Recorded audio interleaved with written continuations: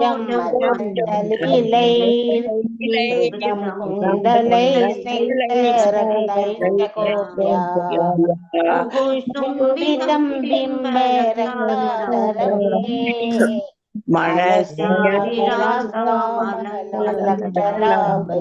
யார் கான்பிடென்ட்டா இருக்காங்களோ இது வரைக்கும் பாடியோ பாடுங்க. நான் பாடுறேன் மாதாஜி. ட்ரை பண்ணி வச்சிருக்காங்க.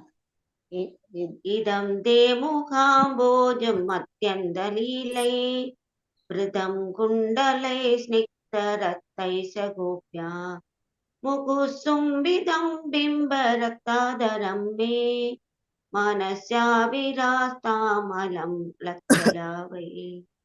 ஹரே கிருஷ்ண மாதா. நெக்ஸ்ட் ஒன் பாடிடலாம். ஹரே கிருஷ்ணா. நமோ தேவதாமோதரானந்த விஷ்ணு பிரசீதா பிரபோ துக்த ஜாலாவிதமுக்னம் கிருபா திருஷ்டி விஷ்யாதி தீனம் பதானு கிரஹானேஷ மாமக்ஞம் நிதாத் ஈத்யாக்ஷி திருஷ்ய. எல்லாரும் நமோ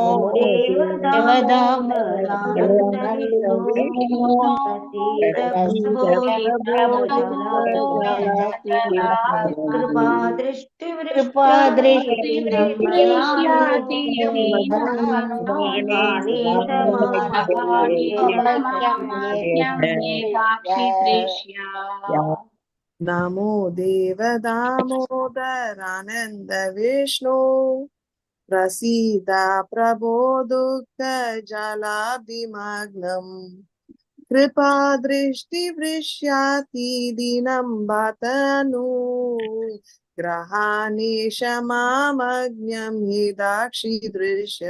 எல்லாரும் லாஸ்ட் டைம். நமோ தேவதாமோதரானந்த விஷ்ணு பிரசீத பிரபோ துக்த ஜாலாபிமக்னம் கிருபா திருஷ்டி விஷ்யாதி தீனம் பதானு கிரஹானேஷ மாமக்ஞம் ஹிதாக்ஷி திருஷ்ய. ஹரே கிருஷ்ணா. நாளைக்கு பார்க்கலாம். என்ன மேம் இன்னைக்கு you come today you taking? Okay. இவரு Selvam has gone to Mangalore. Selvam Prabhu. So அதனால உஷா மாதாஜியும் காலையில கிளாஸ் இருக்கு. So sure, take care ma'am. I'll make a move. Hare Krishna. 9:30. Thank you Mataji. Hare Krishna. Hare Krishna. Hare கிருஷ்ணாமா. ஹரே கிருஷ்ணா. நமஸ்காரம் மாதாஜி. நமஸ்காரம் எல்லாருக்கும். ஹரே கிருஷ்ணா எல்லாருக்குமே. ஹரே கிருஷ்ணா. ஓம் நமோ பகவதே வாசுதேவாய. ஓம் நமோ பகவதே வாசுதேவாய. ஓம் நமோ பகவதே வாசுதேவாய. நாராயணம் நமஸ்கிருத்யம் நரம் சைவ நரோத்தமம் தேவீம் சரஸ்வதிம் வியாசம் ததோ ஜாயம் உதீரயேத். நஷ்டப்ராயேஷு பதரேஷு நித்யம் பாகவத சேவையாம் பகவத்ய உத்தம ஸ்லோகே பக்திர்பவதி நைஸ்திகி. ஓம் அஜ்ஞானதிமிராந்தஸ்ய ஞானாஞ்சனய ஷலாக்கய சக்ஷுருன்மிலிதம் येन तस्मै श्री गुरवे नमः. श्री चैतन्य मनोभीष्टं स्थापितं येन भूतले स्वयं रूपा गदामह्यं तदा स्वापदान्तिकं. हे कृष्णा करुणा सिन्धु दीनबन्धो जगत्पते गोपेशा गोपिका कान्त राधकान्त नमस्तुते. सप्त काञ्चन गौरांगी राधे वृन्दावनेश्वरी वृषभानुसुते देवी प्रणमामि हरिप्रिये. वाञ्छकल्पदारुभ्यश्च कृपा सिन्धुभ्यैव च पतितनां पावनेभ्यो वैष्णवेभ्यो नमो नमः. नमो ओं विष्णुपादाय कृष्णप्रेष्ठाय भूतले श्रीमति भक्ति वेदांत स्वामी निधि नामिने. नमस्ते सारस्वते देवे गौरवाणी प्रचारिणे निर्विशेष शून्यवादे पाश्चात्य देशधारिणे. जय श्री कृष्ण चैतन्य प्रभु नित्यानंद श्री अद्वैत गदाधर श्रीवासदि गौर भक्त वृंदा. हरे कृष्णा कृष्णा कृष्णा हरे हरे हरे राम राम राम हरे हरे. ஹரே கிருஷ்ணா எல்லாருக்கும். ஹரே கிருஷ்ணா மாதாஜி. பிரணாம் மாதாஜி. பிரணாம் மாதாஜி. ஹரே கிருஷ்ணா. ஹரே கிருஷ்ணா மாதாஜி. நமஸ்காரம். நமஸ்காரங்கள் எல்லாருக்கும். வணக்கங்கள். வந்து எக்ஸ்பிளனேஷன் மாதாஜி. ஆமா கரெக்ட். ஹரே கிருஷ்ணா மாதாஜி. வாழ்க வளமுடன். Thank you Prabhuji. Same to you. Hare Krishna எல்லாருக்கும் நன்றிகள். வணக்கம். ஓகே, இன்னைக்கு நாம 5வது பதத்தை பார்க்க போறோம். ஸோ இன்னைக்கு காலையில கிளாஸ் வந்து பிரேமா மாதாஜியோட கிளாஸ்ல வந்து இந்த ஓமையா வந்து சிலது சொல்லியிருந்தாங்க. இன் ஜெனரலா வந்து பார்க்கும் பொழுது இன்னைக்கு விஜயகுமாரி மாதாஜி கேட்டாங்க, ஏன் எப்பவுமே பார்ஷியாலிட்டியா இருக்கிற மாதிரி அவங்களுக்கு தோன்றது இல்லையா? விஜயகுமாரி மாதாஜி இருக்கீங்க இல்லையா? சோ பெண்கள் என்றால் பெண்கள் வந்து எப்பவுமே கம்மியா சொல்றது, ஏன் ஆண்களுக்கு மட்டும் அந்த சலுகை அப்படிங்கிற மாதிரி. அங்க சொல்லப்பட்டிருக்கக்கூடிய ஓமை வந்து ஒரு பொதுவான ஒரு கருத்து தான். மற்றபடி இது ஸ்பெசிபிக்கா இந்த ஜெண்டர் அந்த ஜெண்டர்ன்றதே கிடையாது. பிரபுபாதருடைய வியாக்கியானங்கள் சரி, மற்றும் அவர் ரெஃபரன்சஸ் கொடுக்கக்கூடியது எல்லாமே பொதுமக்களாகிய நாம ஏற்றுக்கொண்டிருக்கக்கூடியதை மட்டும்தான் அவரும் வந்து அந்த இடத்துல போடுறார். சோ அப்படி இருக்கும் பட்சத்துல முதல்ல ஃபர்ஸ்ட் சாப்டர்லயே நீங்க போனீங்கன்னா பகவத்கீதையில சாணக்கியருடைய இதை வந்து போட்டிருப்பாரு. ஸோ அப்போ ஈவன் நான் கூட இந்த 2020 ஜாயின் ஆனப்போ எனக்கு கூட அதை ஏத்துக்கக்கூடிய ஒரு பக்குவம் இருந்தது கிடையாது. ஏன்னா நம்ம அந்த பர்டிகுலரா அந்த ஒரு ஆங்கிள்லயே யோசிச்சு நாம அது ஏன் அவர் அப்படி சொல்லியிருக்கார் அப்படிங்கிற ஒரு இது நமக்கு புரியாத ஒரு தன்மை. ஆனா இன் ஜென்ரலா வந்து வாழ்க்கையில வந்து ஆண் பெண் என்ற பாகுபாடெல்லாம் எங்கேயுமே கிடையாது. ஆண் பெண் எல்லாருமே வந்து நாம இந்த ஸ்தூல உடலை வந்து நாம ஏற்று இருக்கிறோம், அவ்வளவுதான். ஆத்ம ரூபத்தில் பார்க்கும் பொழுது ஆத்மாவானது ஆணும் கிடையாது பெண்ணும் கிடையாது. இது ஃபர்ஸ்ட் நாம ஏத்துக்கணும். நாம என்ன உணர்வுகளை கொண்டு இந்த புவியை விட்டு நீங்குகின்றோமோ அந்த உணர்வுகளுக்கு ஏற்றவாறு ஒரு குறிப்பிட்ட உடலை தான் நாம அடைகின்றோம் என்பது நாம ஆல்ரெடி பகவத்கீதையில படிச்சிருக்கோம். அதனால அந்த உடல் அமைப்புல இருக்கக்கூடிய சில அதாவது கேரக்டரிஸ்டிக்ஸ் வந்து அந்த உடலுக்கு ஸ்தூல உடலுக்கு பொருத்தமானதாக சொல்லப்படுகிறது. இப்ப ஆண் என்று எடுத்துக்கொள்ளும் பொழுது அவங்களுக்கு வந்து ஈகோ என்பது கண்டிப்பா இருக்கும். பெண் என்பவள் எமோஷனலா இருப்பா. அப்படின்னா அவள் உணர்ச்சி வசப்படக்கூடியவள். ஏன்னா பெண் தான் குழந்தையை தாங்குகிறாள், அவளுக்கு தான் அந்த தொப்புள் கொடி இணைப்பு என்பது உண்டு. அதனால்தான் பதப்பு என்பது பெண்ணுக்கு தான் முதல்ல வரும் இல்லை? ஏன்னா ஷீஸ் அட்டாச், மோர் அட்டாச். அதாவது ஆணுக்கு வந்து பேசிக்கலியே டிட்டாச்மெண்ட் மோடு வந்து கண்டிப்பா இருக்கும். ஏன்னா அவர் எதுவுமே சுமக்கிறது கிடையாது இல்லையா? தன்னுடைய ரத்தத்தை வந்து விந்துவாக மாற்றி தாயினுடைய கருவுல வந்து செலுத்துற ஒண்ணுதான் அவருடைய வேலையே. மத்தபடி இந்த 10 திங்கள் வந்து சுமந்து இல்லையா, தனக்கு உடம்பு முடியலன்னாலுமே அந்த சுமையை இறக்கி வைக்க முடியாத ஒரு பாரத்தை வந்து தாய் தான் சுமக்கிறாள்.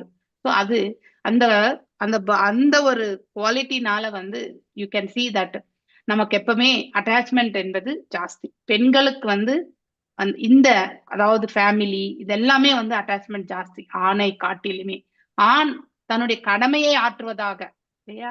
சோ தாயிற் சிறந்தது ஒரு கோயிலும் கிடையாது, தந்தை சொல் மிக்க மந்திரமும் கிடையாது அப்படிங்கிற தமிழ்லயே நம்ம ஒரு ப்ராவர்பை நாம படிக்கிறோம் இல்லையா? தாய் என்பவள் வந்து கோயில்ல என்ன இருக்கும்? தெய்வம் தான் இருக்கும் இல்லையா? அந்த தெய்வத்துக்கு என்ன இருக்கும் குவாலிட்டிஸ்னா கருணை என்பது முதல் குவாலிட்டி. தெய்வத்தை காட்டிலும் கருணை மிக்கவர் இந்த பிரபஞ்சத்தில் கிடையாது. அது போல நம்ம இந்த பிரபஞ்சத்துல பார்க்கும்போது முதல்ல தாய் தான் கருணை மிக்கவள். ஃபர்ஸ்ட் ரிலேஷன்ஷிப்பே தாய் தான் ஒரு குழந்தைக்கு இல்லையா?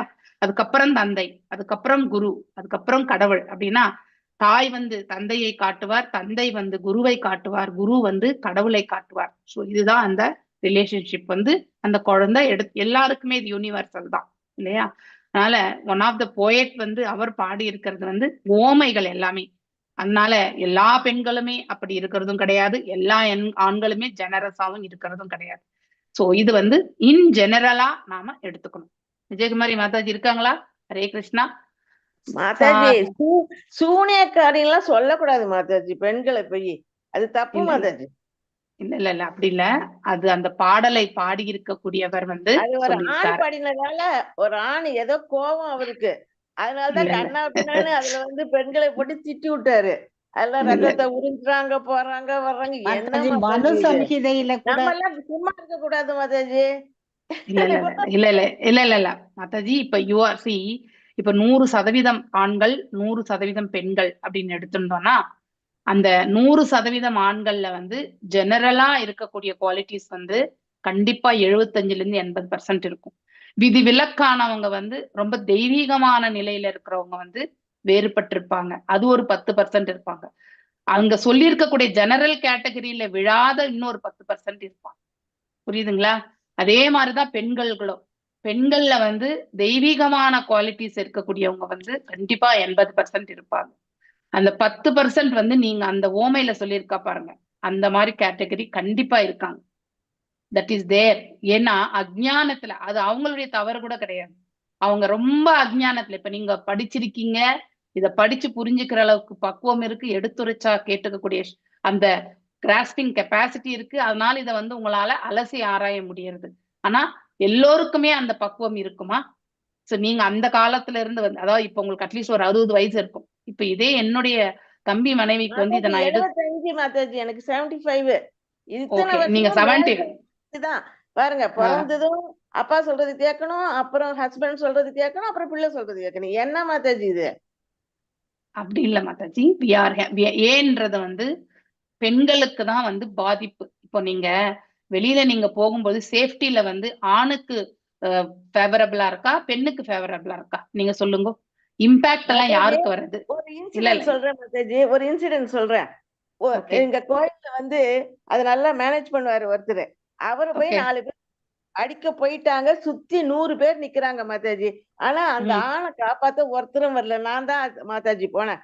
எதுக்காக அவரை Correct. அடிக்கிறீங்க அப்படின்னு. அப்ப அங்க இருக்கிற ஆம்பளைங்க எல்லாம் யார் மாதாஜி? அப்புறம் அங்க அப்ப இல்ல, கேட்டாங்க. அந்த ஏன்னா மிரட்டினாங்க. அவன் அப்புறமா அவன் அந்த ஆள் கால்லயே விழுந்துட்டான். அவர் இந்த கோயிலுக்கு எதுக்கு வரோம்? நாங்களே நிம்மதியா இருக்கிறதுக்கு வரோம். இங்க வந்து இப்படி சண்டை போட்டுட்டு குடிச்சிட்டு வந்திருக்கான் மாதாஜி அவன். நான் தான் போனேன். நீங்க சொன்னதுலயே அப்புறம் வச்சு நான் எல்லாரும் உங்களுக்கு கேட்டாங்க மாதாஜி, அவன் உன்னை அடிச்சா என்ன செய்வ அப்படின்னு கேட்டாங்க. நான் சொன்னேன், ஆண்டவர் வந்து இன்னைக்கு அவன்கிட்ட அடி வாங்கணும்னு எனக்கு இருந்தா என்ன அடி வாங்கிட்டு போறேன் அப்படின்னா. அப்புறம் எல்லாம் கம்முன்னு போயிட்டு அதாவது ஆண்கள் எல்லாம் கரெக்டும் கிடையாது, பெண்கள் எல்லாம் மோசமும் கிடையாது மாதாஜி. அதுதான் இப்ப உங்களுக்கு நான் விளக்கி இருக்கேன். உங்களுக்கு புரியலீங்களா? 80% வந்து ஜெனரல் குவாலிட்டிஸோட இருக்கக்கூடியவங்க இருப்பாங்க. ரெண்டு இதுலயுமே, ரெண்டு ஜெண்டர்லயுமே. ஓகே, நீங்க ஆண் பெண் என்ற வித்தியாசத்தை வந்து டோன்ட் கம் அந்த பிளாட். நீங்க பக்தி சாஸ்திரி முடிச்சிருக்கீங்க, பக்தி வைபவ் முடிச்சிருக்கீங்க. இந்த ஆண் பெண் என்ற அந்த அந்த இதுலயே நீங்க போகவே கூடாது. இது வந்து ஒரு கனிஷ்ட அதிகாரி நிலையில இருக்கிறவங்க தான் அந்த மாதிரி வேறுபடுப்பாங்க. ஓகேங்களா? நீங்க யூ ஆர் ஓன் கான், அதை விட மேல போயிருக்கீங்க. ஆத்ம நிலையில இருந்து பார்க்கணும் நீங்க, அவ்வளவுதான். ஆனா இந்த கனிஷ்ட நிலையில இருக்கிறவங்க, அஜ்ஞானத்துல இருக்கிறவங்களுக்கு அது கண்டிப்பா தெரியாது. ஆனா இதெல்லாம் சில கட்டங்கள்ல நிகழக்கூடிய ஒன்றுதான். இப்ப நீங்க சொன்னீங்க, நீங்க போய் தான் அந்த 100 பேர்ல, இதே வந்து ஒரு ஆண் போயிட்டு இன்னொரு ஆணுக்கு வந்து நின்று இருந்தா அந்த ஆணுக்கும் சேர்த்து அவங்களுக்கு பேசிக்கலி பயந்த சுபாவம் உண்டு. நான் 80% ஆஃப் ஆம்பளைங்க வந்து பாத்தீங்கன்னாக்கா போயிட்டு யார் முன்னாடியுமே இந்த வம்பு பேசுறதுக்கோ இல்ல வம்ப பாக்குறதுக்கோ போகவே மாட்டாங்க. அவங்க தட் இஸ் தேர் குவாலிட்டி. ஆனா சில பேர் வந்து போயிட்டு கட்ட பஞ்சாயத்து அளவுக்கு நிக்கக்கூடியவங்களும் உண்டு. அந்த 100 பேர்ல வந்து அந்த கட்ட பஞ்சாயத்து பண்ணக்கூடிய ஒருத்தர் கூட இருந்திருக்க மாட்டாங்க. இதே சுச்சுவேஷன் எனக்கு கூட ஒரு அமைஞ்சிச்சு.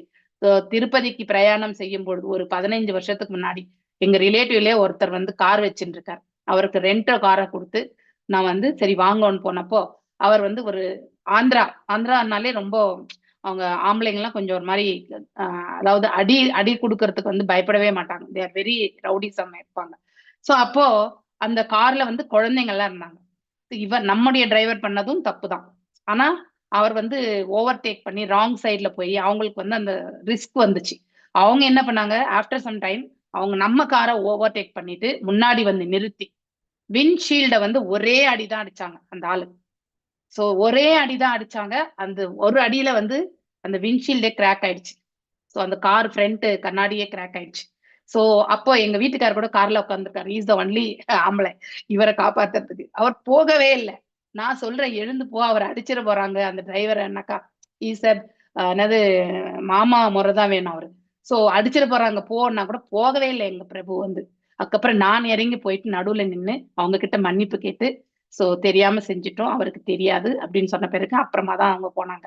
இந்த அதாவது நிறுத்தணும்ன்றதுக்காக, அதாவது அங்க இவர் போயிருந்தா நான் கேட்டேன் நீ ஏன் போலனாக்கா, நான் அவருக்காக வரிஞ்சு கட்டி போயிருந்தா எனக்கும் 4 அடி விழும், அதனாலதான் நான் போலேன்னு சொல்லிட்டாரு எங்க பிரபு. இருக்கிற உண்மை சொல்றேன். சோ தைரியம் என்பது எல்லாருக்குமே இருக்காது மாதாஜி. பெண்களுக்கு இருக்கக்கூடிய அதாவது கருணை, இல்லையா? நம்ம அடுத்தவங்க நம்ம முன்னாடி சஃபர் ஆகும் பொழுது பார்த்துட்டு நாம கண்டிப்பா இருக்க மாட்டோம். அந்த இது வந்து நமக்கு உண்டு. ஏன்னா we have that attachment. இது எல்லாமே மாதாஜி இயற்கையிலே நான் வந்து சொல்றேன் மாதாஜி, நீங்க அந்த இடத்துல போனதுனால அது சுமூகமா முடிஞ்சது மாதாஜி. ஆம்பளைங்க போனாக்கா அவங்களை எதிர்ப்பாங்க மாதாஜி. ஆமா திருப்பி திருப்பி ஆமா அந்த சண்டை வந்து வளர்ந்துட்டு தான் போகும் கரெக்ட். மாதாஜி. இதேதான் எங்க பிரபு இதான் சொன்னார். நான் போயிருந்தா இன்னும் அது பெருசா தான் இருக்கும். பிளஸ் இன்னொன்னு வந்து இவரும் கோவக்காரர் தான். அதுக்கப்புறம் அவரை அடிக்க இவரை அடிக்க அப்புறம் கடைசியில் நாம தான் இன்வால்வ் ஆயிருக்கோம் இல்லையா? அதனால இன்னொன்னு வந்து பெண்ணை வந்து சாமானியமா யாரும் டக்குன்னு தொட்டு 10 பேர் முன்னாடி கண்டிப்பா அடிக்க மாட்டாங்க. சோ அந்த ஒரு இது ஆப்போசிட் ஜெண்டர் வந்து தாய் என்ற அந்த இது வந்து உண்டு. அதனால வந்து என்னதான் அவன் குடிக்காரனா இருந்தாலும் நீங்க போய் சொன்ன பிறகு அவங்க கம்முன்னு ஆயிட்டானா இல்லையா? So that respect he has actually. விடுறேன் ஹரே கிருஷ்ண அப்படின்னு மாதாஜி. அதுதான். உதாரணம் ஆமா. நரசிம்மர். Yes. உதாரணம் நரசிம்மர் மாதாஜி லட்சுமி அந்த அம்மா இடத்துலயும் போனதுக்கு பெண்ணுக்கு அப்புறம் மரியாதை தான் மாதாஜி. Yes. பெண்ணுக்கு மரியாதை கொடுத்துதான் அவங்க பண்றாங்க. அந்த ஆமா லேடிஸ்ங்கறனால ஒரு மரியாதை கொடுப்பாங்க மாதாஜி. ஆமா சொல்றாங்க ஒரு நிமிஷம் கண்டிப்பா காது ஹரே கிருஷ்ணா மாதாஜி. உதாரணம் நம்ம நரசிம்மர் ஆக்சுவலி லட்சுமி போனதுக்கு அப்புறம் தானே அவர்கிட்ட சாந்தமே வந்தது. ஆமா. இப்ப நம்மவே வீட்டுல வந்து நம்ம எல்லாம் பாத்துருப்போம். எங்க அப்பா கூட கோவப்பட்டாருன்னா வெரி ரேர்லி மை ஃபாதர் கோபத்துல அடக்கவே முடியாது மாதாஜி அடக்கவே ஆம்பளைங்களை. முடியாது. ஆமா. இழுத்தா அப்போ கூட எங்க வரும், வீட்டு நம்ம தான் தள்ளி கீழே விழுவோம் மத்தவ. அவ்வளவு அந்த ஆமா அது வெளிப்படுத்திட்டாதான் மாதாஜி அடங்குவாங்க. அப்பப்பா எஸ். நான்லாம் அவஸ்தைப்பட்டிருக்கேன் மாதாஜி. அப்போ அம்மா வந்து ஒரே வார்த்தை தான் சொல்லுவாங்க. கொஞ்ச நேரம் நீங்க வாய மூடிட்டு நிருங்கோ அப்படின்னு சொல்லுவாங்க. எங்க அம்மா அப்படிதான் டைரக்டா சொல்லுவாங்க. எங்க அப்பா அதுவரை பேசவே மாட்டார். சோ அதாவது that is something is going to become danger அப்படிங்கறது இண்டிகேஷன் நம்மளால உணர முடியும். ஏன்னா நம்ம எல்லாரையுமே இந்த குடும்பத்தை வந்து ஒரு நிலைக்கு எடுத்துட்டு போகணும் அப்படிங்கிற அந்த உணர்வு வந்து பெண் தான் வந்து ஒரு வீட்டினுடைய ஆணி வேரே இல்லையா? ஒரு மரம் இருக்குன்னா அதுல வேர் வந்து பகுதி வந்து பெண் தான் இல்லையா? அந்த வேர்ல இருந்து தான் எல்லாமே ஸ்திரீ என்பவள் விரிவங்கம் இல்லையா? சோ எல்லாமே குழந்தைங்க குடும்பம் எல்லாமே வந்து பெருக்கம். சோ அப்படி இருக்கும் பொழுது பெண் மீது தான் ஆதாரம். ஒரு பெண் ஒரு நாள் வீட்டுல இல்லைனாக்கா அந்த வீடு வந்து அது என்னவோ எதையும் இழந்த மாதிரி தான் இருக்கும். அதே ஒரு அப்பா வெளியே போயிட்டு சம்பாதிச்சுன்னு அவர் 2 நாள் வரலன்னாலும் அந்த வீடு வந்து மேனேஜ் பண்ணிடுவாங்க. அம்மா வந்து அப்பாவால மேனேஜ் பண்ணவே முடியாது. This is how it is. அப்ப அங்க அப்பாவுடைய வீக்னஸும் நமக்கு தெரியாது. அதனால 2 ஜெண்டருக்குமே வந்து they have their own qualities. இதை நாம ஜெண்டர்ல வச்சு நம்ம கண்டிப்பா பார்க்க கூடாது. We should not see. ஏன்னா நாம இப்போ ஆத்ம நிலையில இருந்து பேசிட்டு இருக்கோம். அந்த ஜெண்டர் இதுல இருந்து நாம கண்டிப்பா பார்க்க கூடாது. ஆனா நார்மலா பௌதீகவாதியினுடைய குவாலிட்டிஸ் வந்து கண்டிப்பா இந்த மாதிரி உண்டு. அதனாலதான் அது எழுதப்பட்டிருக்குது மாதாஜி. இதை நான் உங்களுக்கு சொல்லணும்னு விரும்புறேன். Not 100%. there is a generalization. Thank you Mataji, thank you Mataji. ஆனா இன்னும் கண்டிப்பா அந்த இருக்கு. மேல் சாபர்னிட்டி இன்னும் இருக்கு மாதாஜி. அந்த ஆணாதிக்கம் இருக்கு. நம்ம இல்ல என்னதான் செஞ்சாலும் ஆதிக்கம் இல்ல மாதாஜி. அது ஆதிக்கம் என்று நீங்க எடுத்துக்காதீங்க. That is their built in quality. இப்ப நாம எப்பவுமே வந்து we have been like this only. நம்ம வந்து அதுல நம்மளுலயும் வந்து டிராபேக்ஸ் உண்டு, ஆண்லயுமே டிராபேக்ஸ் உண்டு. 2 தரப்பிலுமே வந்து ஏற்றத்தாழ்வுகள் என்பது கண்டிப்பா இருக்கு. அதுல நம்ம பிளஸ்ஸா இருக்கிறத வந்து நாம எடுத்துக்கிட்டு போயிடணும். மைனஸா இருக்கிறத வந்து நாம நல்லிஃபை பண்றதுக்கு ட்ரை பண்ணணும். இந்த மாதிரி ஒரு குணாதிசயத்தை வந்து இதை நீங்க போய் ஒரு நான் டிவோட்டி கிட்ட போய் நீங்க எக்ஸ்பிளைன் பண்ணுங்க, கண்டிப்பா யாருமே ஏத்துக்க மாட்டாங்க. They will not accept it. ஏன்னா அவங்களது தான் ரைட் அப்படின்னு அந்த ஃபீலிங்கோட இருக்கக்கூடியவங்க தான்.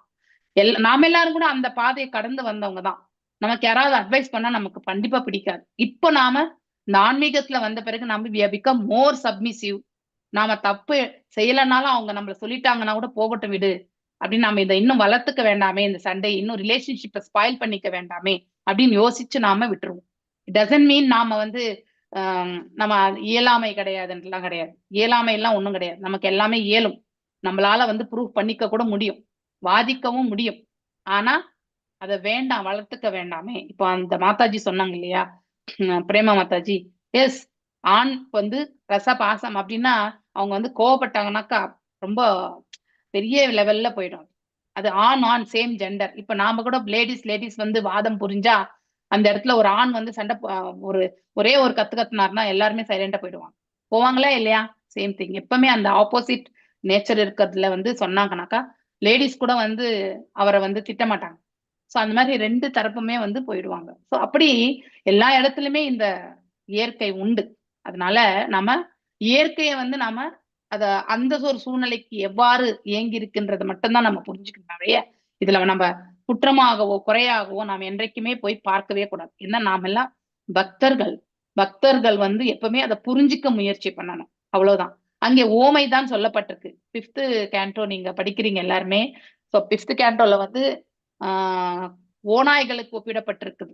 அதாவது குழந்தைங்களை வந்து ஓநாய்களுக்கு ஒப்பிட, அப்படின்னா எப்படி இந்த மாதிரி எழுதலாம் அப்படின்னு நம்ம டைரக்டா எடுத்துக்க கூடாது. ஓநாய்களுடைய சுபாவம் என்ன அதை பார்க்கணும், புலியினுடைய சுபாவம் என்ன அதை நம்ம பார்க்கணும் இல்லையா. புலி வந்து அடிச்சு சாப்பிடும் இல்லையா. அதே மாதிரி வந்து அதனுடைய இயற்கை என்ன அப்படிங்கிறது பார்க்கணும். அந்த காலகட்டங்கள்ல வந்து தந்தை மட்டும்தான் உழைச்சிட்டு இருந்தார். இப்ப அது அப்ளிகபிளே கிடையாது. சோ நம்முடைய அப்பா காலத்திலேயே வந்து, இப்ப எங்க அப்பா காலத்திலேயே எங்க அப்பா மட்டும் தான் உத்தியோகம் பண்ணார், எங்க அம்மா வேலை செய்யல, வீட்டுலதான் இருந்தாங்க இல்லையா. So she is already dependent on the father. அது அப்படிதான் போயின்னு இருந்தது. ஆனா இப்ப நாமெல்லாம் ஈக்குவல் ரைட்ஸ் அப்படின்னு சொல்லிட்டு நாம 2 தரப்பினருமே வந்து வேலைக்கு போறோம். சமுதாயத்துல வந்து நாம ஃபேமிலியினுடைய எக்கானமி முன்னேற்றத்துக்காக தான் நாம போறோம் இல்லையா. அது போனா தப்பு கிடையாது. ஆனா நான் தான் ஈக்குவல், நீ சம்பாதிக்கிற நான் சம்பாதிக்கிறேன்னு சொல்லிட்டு அந்த சண்டை, அந்த ஒரு ஈகோல வந்து நம்ம கண்டிப்பா போகக்கூடாது. இது எது வரைக்கும் இம்பாக்ட் ஆகும்னா குழந்தைங்க வரைக்குமே இம்பாக்ட் ஆகும். 2 பேருமே வந்து நீ பாதின்ற போட்டு என்ன ஆகுதுன்னா கடைசி வரைக்கும் அந்த குழந்தையினுடைய மனசு என்னன்றதே புரிஞ்சிக்கக்கூடிய அந்த ஆப்பர்ச்சுனிட்டியை அவங்க வந்து ஏற்படுத்திக்கிறதே கிடையாது. So that is how it is become. அதனால்தான் இன்னைக்கு பாத்தீங்கன்னாக்கா வெளியில குழந்தைங்க ஏன் வந்து ஈர்க்கப்படுகிறார்கள், அவுட்சைடர்ஸோட எதிர்க்கு வந்து ஈர்க்கப்படுகிறார்கள்னா 2 பேருமே நாம if it is very very family needs, basic நீட்காக வேலை போறது வந்து தப்பு கிடையாது. இஃப் அப்பாவுடைய சம்பாத்தியத்திலேயே வந்து ஃபேமிலி ரன் பண்ண முடியும் அப்படின்னு நினைக்கக்கூடிய ஒரு குடும்பம் வந்து கண்டிப்பா they can leave the job and take care of the family இல்லையா. குழந்தைங்களுடைய எதிர்காலத்தை வந்து பார்த்து நாம வந்து எடுத்துட்டு போகணும். அப்பெல்லாம் நம்ம அம்மா நம்மளை வந்து பார்த்துதான் வளர்த்தாங்க இல்லையா. She curd. அதனாலதான் நம்ம எல்லாமே டிபெண்ட் ஆன் மதரா இருந்தோம். ஆனா இப்ப அம்மாவும் கிடையாது அப்பாவும் கிடையாது வீட்டுல இல்லையா. சோ அம்மா எத்தனை மணிக்கு வீட்டுக்கு வருவாங்க, அப்பா எத்தனை மணிக்கு வீட்டுக்கு வருவாங்கன்னு தெரியாது. ஸ்விக்கி ஜொமேட்டோ எல்லாம் வாங்கி சாப்பிட்டுக்கிட்டு நாம அவுட் சைட் ஃபுட், எந்த வைப்ரேஷன். ஸோ தர் இஸ் இந்த 2 பக்கத்தினுடைய ரெஸ்பான்சிபிலிட்டிஸ் வந்து பாத்தீங்கன்னாக்கா வேறுபட்டு போயிடுச்சு. குழந்தைங்க வருங்காலம் எதற்காக இப்படி ஓடி உழைக்கிறோம், அந்த பசங்களுக்கு செல்வத்தை நாம் தேடி கொடுக்க வேண்டுமா? கிடையாது, தேவையே கிடையாது. அவங்களே நாளைக்கு சம்பாரிச்சுப்பாங்க. பேசிக் நீட் ஒரு வீடு இருந்தா போறோம். அந்த அளவுக்கு நம்ம பக்குவத்தை நாம வளர்த்துக்கணும். ஆனா நமக்கு தான் பேராசை, நமக்கு கம்பேரிஷன் இல்லையா. சோ அந்த மாதிரி நமக்கு தேவைன்ற இந்த இதோட இருக்கிறது கிடையாது. சோ கணவர் சம்பாதிக்கும் போது நல்லா இருந்தா மனைவி விட்டுறது வந்து தவறே கிடையாது. ஆனா கணவர் சம்பாத்தியம் பத்தாதுன்றப்போ மனைவியும் சம்பாத்தியம் செய்யறது வந்து உசிதமான செயல், அது தேவைதான். காலத்துல கூட நம்ம எந்தெந்த சூழ்நிலைகளுக்கு ஏற்றவாறு எவ்வாறு நம்ம வந்து உபயோகப்படுத்திக்கணும்ன்றது ரொம்ப முக்கியம். ஆனா அதனால இந்த ஜெண்டர் தப்பு அந்த ஜெண்டர் ரைட்டு கிடையாது. இயற்கையிலேயே நமக்கு இருக்கக்கூடிய குவாலிட்டிஸ், பெண்ணுக்கே இருக்கக்கூடிய குவாலிட்டிஸ் ஆணுக்கே உரித்தான குவாலிட்டிஸ். எப்ப நமக்கு வந்து டிட்டாச்மெண்ட் இருக்கோ அவங்க கிட்ட வந்து இந்த ஹையர் குவாலிட்டிஸ்க்கான வாய்ப்பு வந்து அவங்களுக்கு வந்து ஃபாஸ்டா வந்துடும் அவங்களுக்கு. நமக்கு வந்து அட்டாச்மெண்ட் நிறைய, அதனாலதான் நம்ம எமோஷனலி என்ன பண்றோம், நம்ம we are tied up. இது நம்மளது குறையே கிடையாது. how we have been. இந்த குவாலிட்டிஸ் எல்லாமே வந்து ஒரு இந்த பிரபஞ்சத்துல பேலன்ஸா போறதுக்கு தான் பகவான் இப்படி படைச்சார். சோ அன்பே இல்லாம ஒரு குழந்தைய நம்மளால வளர்க்க முடியாது. தாய் இடத்துல அன்பை வந்து நாம யார் இடத்துலயுமே பெற முடியாது இல்லையா. ஏன் ஒரு தாயை நம்ம கண்டிப்பா விலைக்கு வாங்கவும் முடியாது. So that type of quality இந்த மாதிரி ஒரு கேரக்டரிஸ்டிக்ஸ்ல தான் வரும். அதனால்தான் பகவான் நமக்கு இந்த மாதிரி ஒரு உடலை கொடுத்திருக்காரு. ஆணுக்கு பொதுவாவே அவருக்கு துரத்தல் எனக்கூடிய அந்த அட்டாச்மெண்ட் இருக்காது. சோ ஏன்னா அவருக்கு அதை தாங்கக்கூடிய அந்த இது ஆப்பர்ச்சுனிட்டி கிடையாது. நாம தான் 10 திங்களை வந்து சுமக்கிறோம் இல்லையா. சோ அந்த மாதிரி நம்ம எல்லாத்துக்குமே வந்து ஒரு காரணம் உண்டு. பகவானுடைய படைப்புல வந்து அனைத்திற்கும் ஒரு காரணம் உண்டு. ஸோ இன்னைக்கு ஆன ஒரு இதுல பாத்தீங்கன்னாக்கா எஸ் ஈக்குவல் ரைட்ஸ், மாதாஜி சொன்ன மாதிரி வி ஷுட் ரெஸ்பெக்ட் உமன், எல்லாமே உண்டு. அதே மாதிரி மென்னுக்கும் எல்லாருக்குமே ரெஸ்பெக்ட் கொடுக்கணும். ஆனா இன்னைக்கு நீங்க சாஃப்ட்வேர் கம்பெனில நீங்க போய் பாருங்க. ஸோ ஹவு த கேர்ள்ஸ், நீங்க பார்ட்டிக்கு போனீங்க, பார்ட்டி வைப்பாங்க. சம்டைம்ஸ் சம் ப்ராஜெக்ட் ஹிட் ஆனா பார்ட்டி வைப்பாங்க. அங்க கேர்ள்ஸ் எவ்வளவு குடிக்கிறாங்க இல்லையா. பாய்ஸை விட கேர்ள்ஸ் தான் நிறைய குடிக்கிறாங்க. ஸ்மோக்கிங் கேர்ள்ஸ் தான் நிறைய பண்றாங்க. இட் அஃபெக்ட்ஸ் தேர் நாளைக்கு ஃபியூச்சர். அவங்க குழந்தைய சுமக்கிறதுக்கு கூட அது வந்து ரொம்பவுமே அஃபெக்ட் ஆகும்.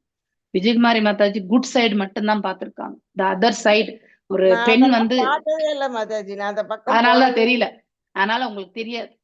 ஸோ தேர் ஆர் பெண் வந்து எவ்வளவு கீழான நிலைக்குமே அவளால போக முடியுது. ஜென்ரலா ஆண் வந்து he can go out, அவருக்கு எந்த இம்பாக்டுமே கிடையாது.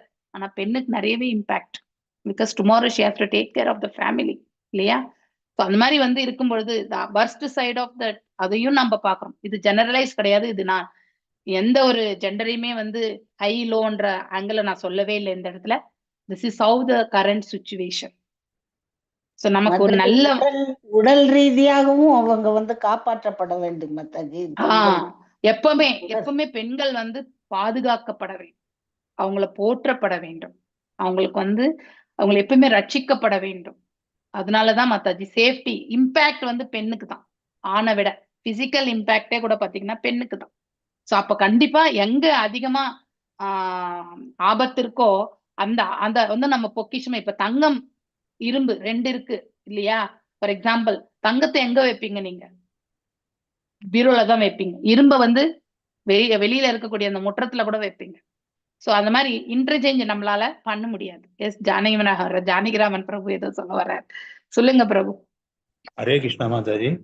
எஸ், எங்களுக்கு ஒரு ஐஏஎஸ் ஆபீசர் வந்தாரு நான் வேலை செய்யும்போது. அவங்க அதாவது தீபாவளிக்கு வந்து பாம்பே போனோம் அப்படின்னாரு. ட்ரெயின் லேட்டா வந்து உட்காந்து பேசினோம். அப்ப சொன்னாரு, நாங்க வந்து தஞ்சாவூர்ல இருந்து ஐயர், நாங்க பாம்பேக்கு பழகிக்கு போனோம். ஒரு சின்ன கிளார்க் வேலை எங்க அப்பாவுக்கு. நாங்க சின்ன பசங்களா இருக்கும்போது இறந்துட்டாரு அவரு. அதுக்கு பிறகு எங்க அம்மா வந்து இந்த ஊருக்கு வரக்கூடாது, தஞ்சாவூருக்கு கேவலம் ஆயிடும்னு அந்த ஏரியால இருக்கிற 10 பாத்திரம் எல்லாம் தேய்ச்சி வீட்டுக்கு போய் கேட்டு இந்த மாதிரி சூழ்நிலை எனக்கு வேலை கொடுன்னு கேட்டு தேய்ச்சி, நான் ஐஏஎஸ், எங்க அப்பா எங்க அண்ணா வந்து ஐபிஎஸ், 2 பேருமே அந்த அம்மா படிக்க வச்சிருக்கேன். எங்க அம்மா இல்லைன்னா எங்க அப்பா செஞ்சிருப்பான்னு எனக்கு தெரியாது. ஆனா படிக்க வச்சு நான் ஒவ்வொரு வருஷமும் பாம்பேக்கு தீபாவளின்னா எங்க அம்மா அங்க இருக்காங்க, எல்லாரும் போவோம், ஃபேமிலியோட போய் அவங்களோட இருந்துட்டு ஒரு 4 நாள் வருவோம். அதான் என்னுடைய ஹிஸ்டரி. நான் பெரிய ஆபீஸ்ல நினைக்காதீங்க. எங்க அம்மா இல்லைன்னா நான் ஒண்ணுமே நோமோர் ஆயிட்டு இருப்பேன். என்ன செஞ்சதும் எனக்கே தெரியாது. அதனால நிறைய இடத்துல பெண்ணால வந்து நிறைய முன்னேற்றம் இருக்கு. அது 1-2 வந்து அர்ஜுனன் சொன்ன மாதிரி 1-2 கேசஸ் பெண்கள் இப்ப அந்த தவறான குடியாத்திலே ஒரு பெண்ணு கல்யாணம் பண்ணி கொடுத்தாங்க மாதாஜி. அதாவது ஒரு வருஷம் 2 வருஷம் ஆகுது. அந்த அம்மா என்ன செய்யறான்னு அவருக்கு தெரியாது, அந்த மாப்பிள்ளைக்கு தெரியாது. பெங்களூர் தான் இருந்தாங்க. அந்த அம்மா பாட்டு குடிக்குது, சிகரெட் பிடிக்குதான். அவங்க அப்பா அவங்களுக்கு வந்து வானாப்பா, இது நம்மளுக்கு பிரச்சனை ஆயிடும், அந்த அம்மா குடிக்கட்டும் நம்மளுக்கு தேவையில்லை, அவங்க அப்பா அம்மா அவங்க அமைச்சிடலான்னு டைவர்ஸ் பண்ணிட்டாங்க அந்த பொண்ணை. தெரியவே தெரியாது என்ன செய்யுதுன்னு. ஏன்னா வசதியான பொண்ணு, பெரிய மீன் மார்க்கெட் வச்சிருக்காரு அவங்க அப்பா குடியாத்துல. சரி, ஏன் சொல்றேன்னா சில கேசஸ் இருக்கலாம், அதெல்லாம் ஒண்ணும் மற்றவங்களை பார்த்து செய்யலான்ற யோசனை. ஹரே கிருஷ்ணா. ஹரே கிருஷ்ணா. எஸ், எல்லா இடத்துலயுமே ஏற்றத்தாழ்வுகள் உண்டு. அதனால நம்ம மெஜாரிட்டியா இருக்கக்கூடிய கேரக்டரிஸ்டிக்ஸ் நம்ம கண்டிப்பா கன்சிடர் பண்ணணும், அது ரொம்ப முக்கியம். ஓகே, பெண் வந்து எப்பவுமே வந்து பாதுகாப்பான ஒரு நிலையில வைக்கணும். நம்ம ஏன் அந்த வர்ணசங்கராவை பத்தி ஃபர்ஸ்ட் சாப்டர்லயே படிக்கிறோமா இல்லையா? பெண்கள் பாதுகாப்பு இல்லைன்னா அர்ஜுனரே சொல்றார், பெண்கள் பாதுகாப்பு இல்லைன்னா அவர்களுடைய இது வந்து கலங்கப்படும், பெண்மை கலங்கப்படும். அதனால தேவையற்ற சந்ததியர்கள் தான் உருவாவாங்க. பெண் இம்பாக்ட் பெண்ணுக்கு தான். அதனாலதான் பெண்ணை வந்து பாதுகாக்கணும். விஜயகுமாரி மாதா நீங்க சொன்ன மாதிரி எஸ், அப்பாவுடைய நிழல், கணவனுடைய நிழல், மகனுடைய நிழல், இந்த மாதிரி பாசிட்டிவா நம்ம எடுத்துக்கணும். So that is the security for us actually. So நம்ம தனியாவே எப்பவுமே இருந்துட முடியாது இல்லையா? ஸோ அதனால பெண் எல்லாரோடையுமே அட்ஜஸ்ட் ஆயிடுவா. That is higher quality. ஒரு வீட்டுல வந்து தாய் இறந்துட்ட பிறகு தந்தைக்கு வந்து எங்க எப்படி வாழ்றதுனே தெரியாது. He will be totally problem அவருக்கு. அதே தந்தை சென்று விட்டால் தாய் பிள்ளைங்களோட அட்ஜஸ்ட் ஆயிருந்துருவா. That is a positive quality இல்லையா? நம்ம எல்லா இடத்துலயுமே வந்து நெகட்டிவ் மாத்திரம் கிடையாது, பாசிட்டிவ் நெகட்டிவ் கலந்தது தான் ஒவ்வொரு வர்க்கமும் கூட, அதாவது ஆண் வர்க்கமும் சரி பெண் வர்க்கமும் சரி. அதனால இருக்கக்கூடிய நெகட்டிவ் குவாலிட்டியா இருந்தாலும் பாசிட்டிவ் குவாலிட்டியா இருந்தாலுமே ரெண்டுமே நாம ஏத்துக்கக்கூடிய மனப்பக்குவம் தான் எடுத்துக்கும். That's how we are. இப்ப இருக்கக்கூடிய சூழ்நிலை கூட சில காலகட்டங்கள்ல பாத்தீங்கன்னா இன்னும் மோசமான சூழ்நிலைகள் தான். அதெல்லாம் எழுதியிருக்காங்கன்னா ஆல்ரெடி எத்தனையோ யுகங்கள் இந்த மாதிரி எல்லாம் வாழ்ந்து இல்லையா, அந்த மாதிரி வந்ததுனாலதான் இதெல்லாம் உண்டு. அப்படிப்பட்ட ஒரு குணாதிசயம் இப்ப ஜாக்கல் ஓனாய் மாதிரி இருக்கக்கூடிய குணாதிசயம் இல்லையா, அதே மாதிரி புலி மாதிரி இருக்கக்கூடிய குணாதிசயம்.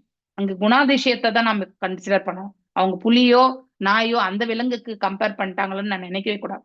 அங்கே நம்மளுடைய சுபாவம் எவ்வாறு நடைபெறும் அப்படிங்கிறத பத்தி சொல்றதுதான் அந்த இது. ஸோ ஓமை அமைச்சு சொல்லியிருக்காங்க அவங்களுடைய குவாலிட்டிஸ். எத்தனையோ பேர் தான் தாய் தந்தை கிட்ட பேசுறதுக்கு டைமே கிடையாது. இப்போ ஜானகிராமன் பிரபு சொல்லாத அந்த மாதிரி பிள்ளைகளும் இருக்காங்க இல்லையா?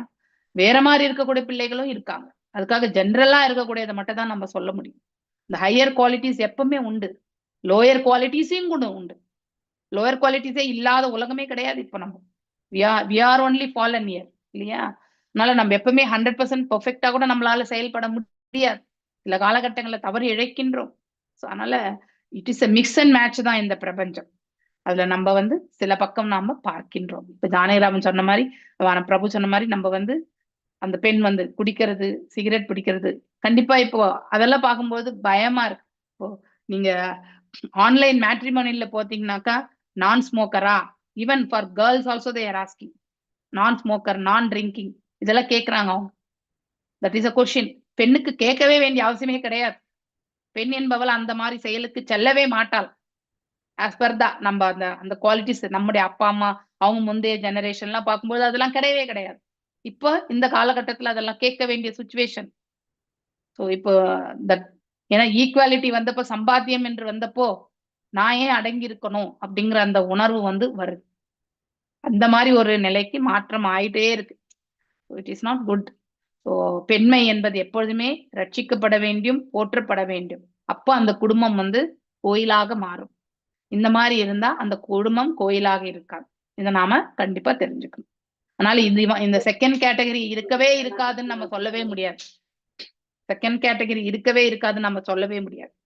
எத்தனையோ வீட்டுல தந்தை இல்லை என்றாலும் தாய் இப்போ அவர் சொன்ன மாதிரி 10 பாத்திரம் தேய்ச்சி கூட குழந்தைங்களை வளர்த்திருக்கக்கூடிய, கண்ணியமா வளர்த்திருக்கக்கூடிய தாய்களும் உண்டு. That also is there.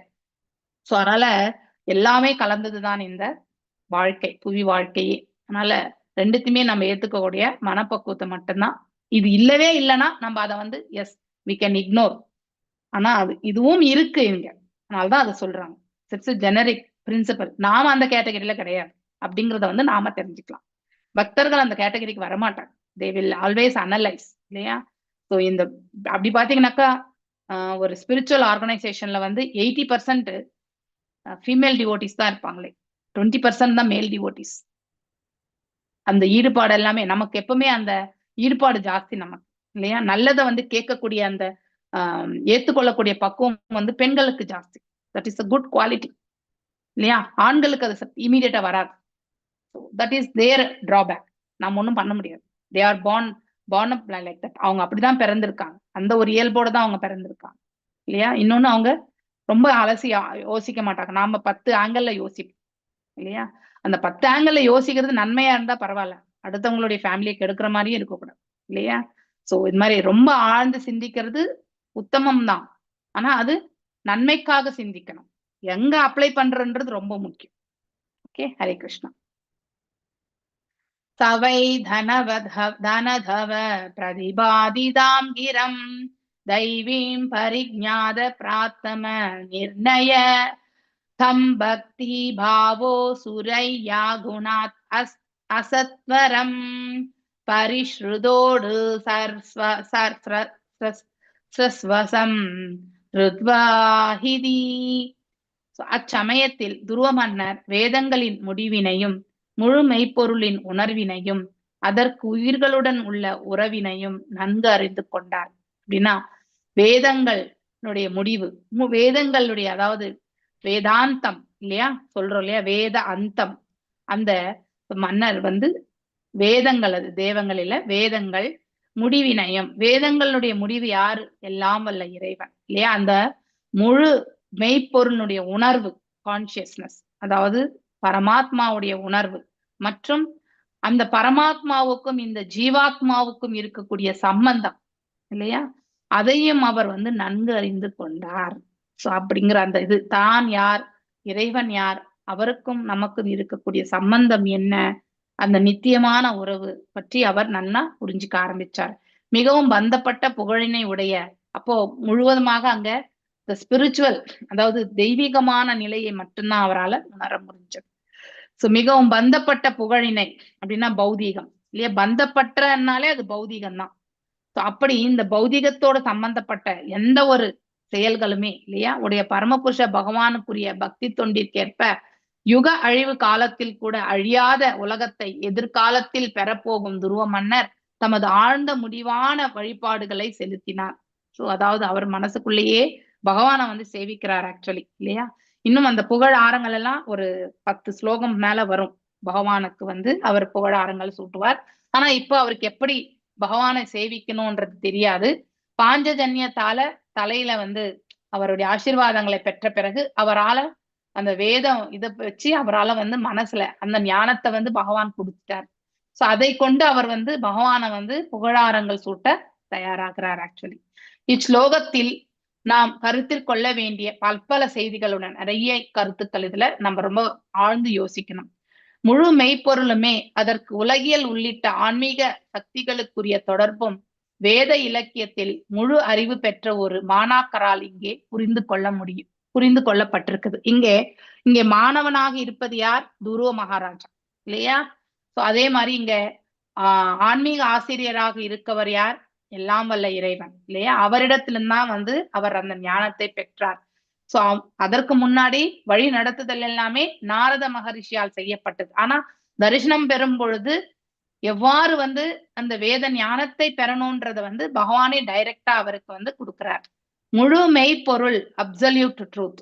Okay, மெய்ப்பொருள் அதற்கு உலகியல் உள்ளிட்ட ஆன்மீக சக்திகளுக்குரிய தொடர்பும், இல்லையா? ஆன்மீக சக்திகள் என்பது என்னது? நம்மது இந்த இடத்துல பார்க்கும்போது நித்தியமான இந்த ஜீவாத்மா, இல்லையா?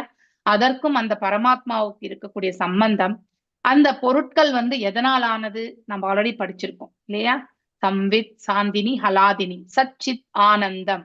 இந்த நிலையை பற்றி அவர் வந்து புரிஞ்சுக்க முயற்சி செய்யறது. இது எல்லாமே வேத இலக்கியத்துல முழு அறிவு பெற்று, வேத இலக்கியத்துல இது சொல்லப்பட்டிருக்கு. ஆனா அதை வந்து எல்லா சாமானியமான ஒரு மனிதரால் அதை கண்டிப்பா புரிஞ்சுக்க முடியாது. ஆனா அதை புரிந்து கொள்ளக்கூடிய பக்குவம் இப்போ துருவ மகாராஜா வந்து பெற்றிருக்கிறார். அதை வந்து இங்க வந்து புரிந்து கொள்ள அவரும் வந்து முயற்சி செஞ்சிருக்கார்.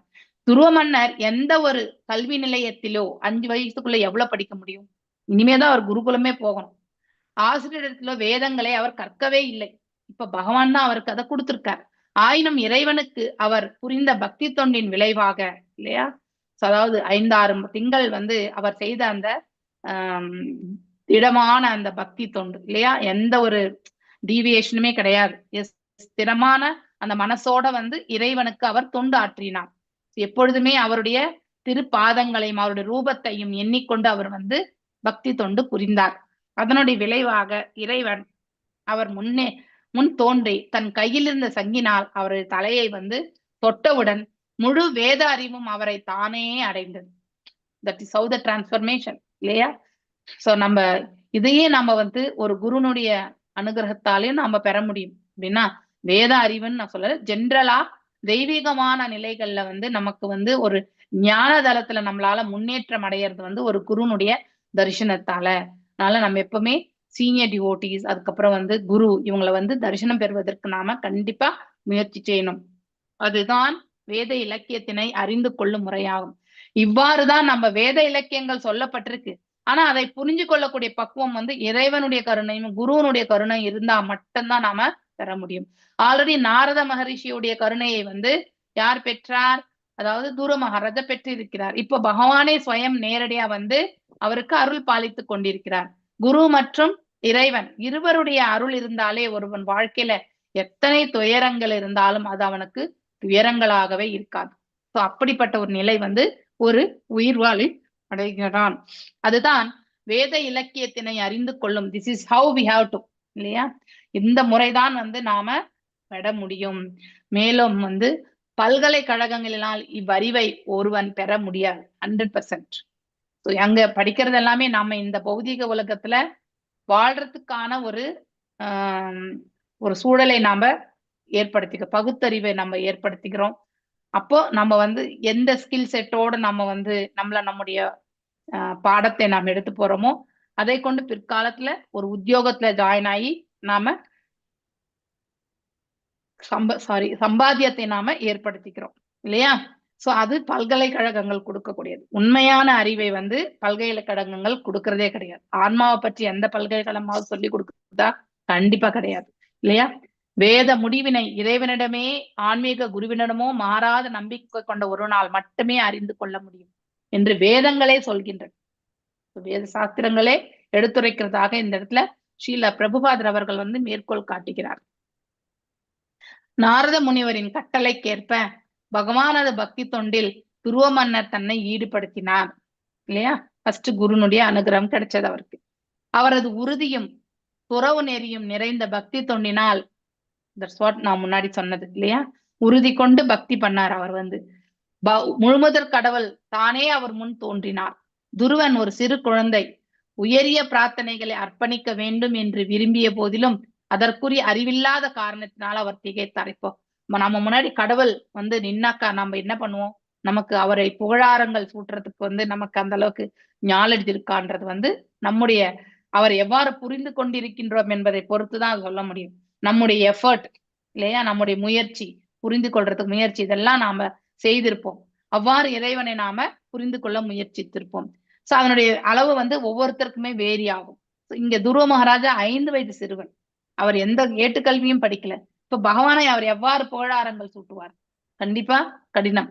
அதனால்தான் அவர் திகைத்து போய், ஏன்னா அவர் எக்ஸ்பெக்ட் பண்ணல இறைவன் வந்து இவ்வளவு சீக்கிரத்துல வந்து தன் முன்னாடி தோன்றுவார் என்பதை அவர் எதிர்பார்க்கவே இல்லை.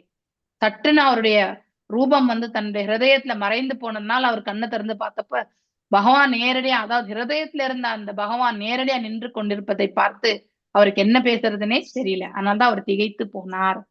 ஆயினும் நிகரற்ற கருணையாளரான இறைவன் தனது கை சங்கினால் அவர் தலையை தொட்டவுடன் நான் வேத முடிவனை ஜீவாத்மா மற்றும் பரமாத்மா இரண்டுக்கும் உள்ள வேறுபாட்டினை அறிந்து கொள்வதை அடிப்படையாக கொண்டது. வேதங்கள் எல்லாம் நமக்கு என்ன எடுத்துரைக்கிறது?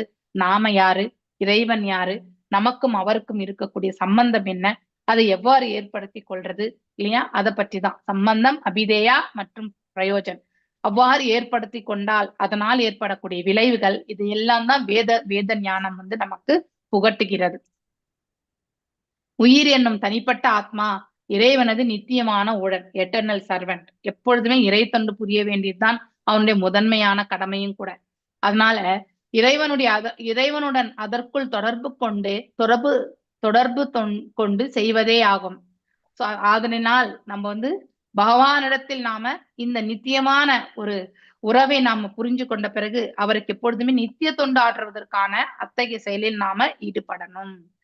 மேலும் இதுவே பக்தி யோகம் அல்லது பக்தி பாவம் எனப்படும். துருவ மன்னர் பகவானுக்கு தன் வழிபாடுகளை அருவவாதிகளின் வழியில் செலுத்தாது ஒரு பக்தனாகவே செலுத்தினார் என்று சொல்லப்படுகிறது இல்லையா.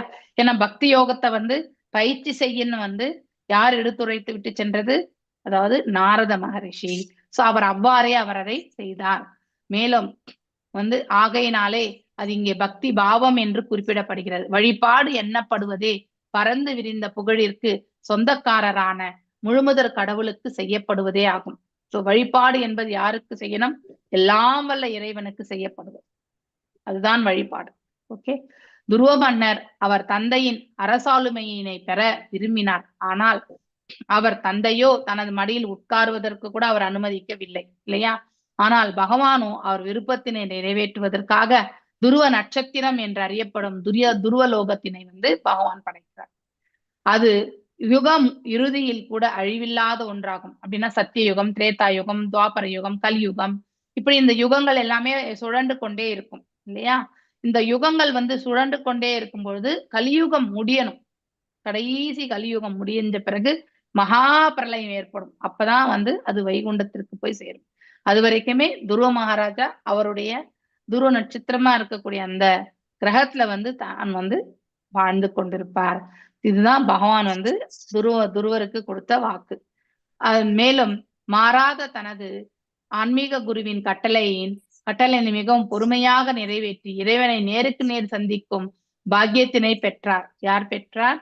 அதாவது துருவ மகாராஜா பெற்றார். அது மட்டுமல்லாது பகவானது அளவற்ற கருணையினால் அவரை பொருத்தமாக பிரார்த்திக்கும் தகுதியினையும் பெற்றார். அதாவது பகவானை வந்து சேவிக்கக்கூடிய தகுதி அப்படின்னா இது குவாலிபிகேஷன் கிடையாது, ஒருவருடைய குணாதிசி, அதாவது தெய்வீகமான இயல்புகளை வளர்த்து கொண்டிருக்கக்கூடிய தன்மை. துருவ மகாராஜா அவருடைய தவ வாழ்க்கையை வந்து எவ்வாறு எடுத்துக்கொண்டார்? இந்த புலன்கள் எல்லாத்தையுமே பக்குவம் அடையக்கூடிய அந்த நிலைக்கு எடுத்து வந்தார். சுவாச சமயம் வந்து 1 மாசத்துக்கு 1 அந்த மாதிரி எல்லாம் எடுத்துட்டு வரும்பொழுது அவர் வந்து எவ்வளவு பக்குவம் அடைந்திருப்பார் இல்லையா? உணவு இதெல்லாம் எதுவுமே கிடையாம அவர் வந்து சுவாசத்தையே வந்து உணவாக ஏற்று அவர் வந்து வாழ்ந்தார் இல்லையா? சோ அப்படி பகவானுடைய அதுவும் பகவானுடைய கருணை இல்லாம அது கண்டிப்பா செய்ய முடியும். So with the blessings of Guru and Acharya, so Acharya அடுத்து வந்து இறைவன், இந்த ஒரு நிலையில இருந்துதான் ஒருத்தர் வந்து பக்தி தொண்டுல வந்து பக்குவம் அடைய முடியும். நம்ம எவ்வளவு முயற்சி செய்தாலும் இறைவனுடைய அருள் நமக்கு கண்டிப்பாக கிடைக்கணும். மேலும் பெரும் பரம்பொருளை புகழ்வதற்கு துதிப்பதற்கு கூட அவரது கருணை வந்து தேவைப்படுகிறது. 100% இல்லையா? இந்த கருத்துல இருந்து நமக்கு என்ன தெரிகிறது? நாம பகவத்கீதை வாசிக்கிறதுக்கும் பாகவதத்தை வாசிக்கிறதுக்கும் இறைவனுடைய கருணை இருந்தால் மட்டும்தான் நம்மளால வாசிக்க முடியும். இல்லைன்னா கண்டிப்பா வாசிக்க முடியாது. எப்படி பண்ணாலுமே வாசிக்க முடியாது. பகவானின் அளவற்ற கருணையை பெறாமல் ஒருவனால் அவர் புகழினை எழுதிவிடவும் முடியாது. கண்டிப்பா இல்லையா?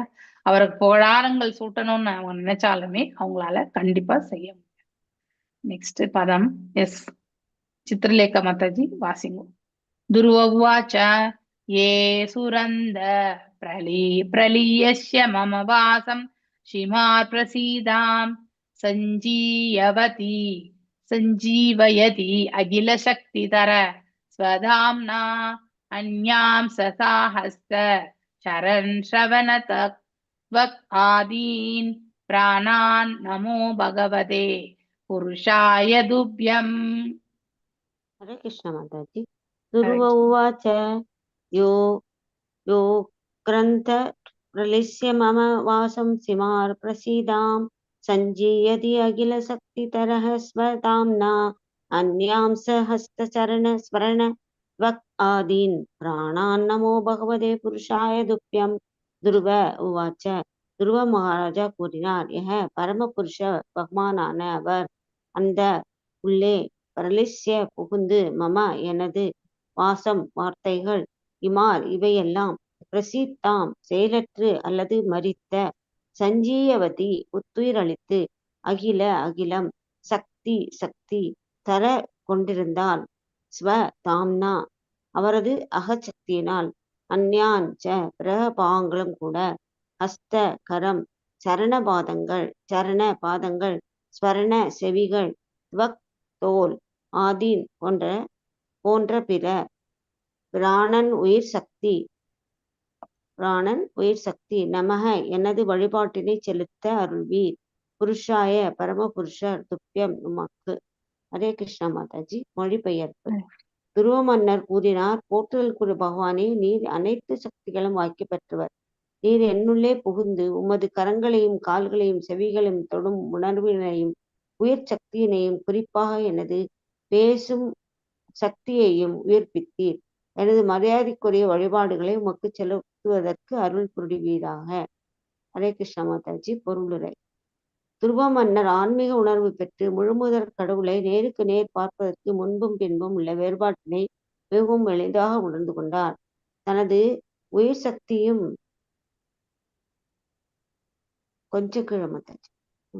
உயிர் சக்தியும் செயல்களும் உறங்கிக் கொண்டிருந்தன என்பதை அவரால் புரிந்து கொள்ள முடிந்தது.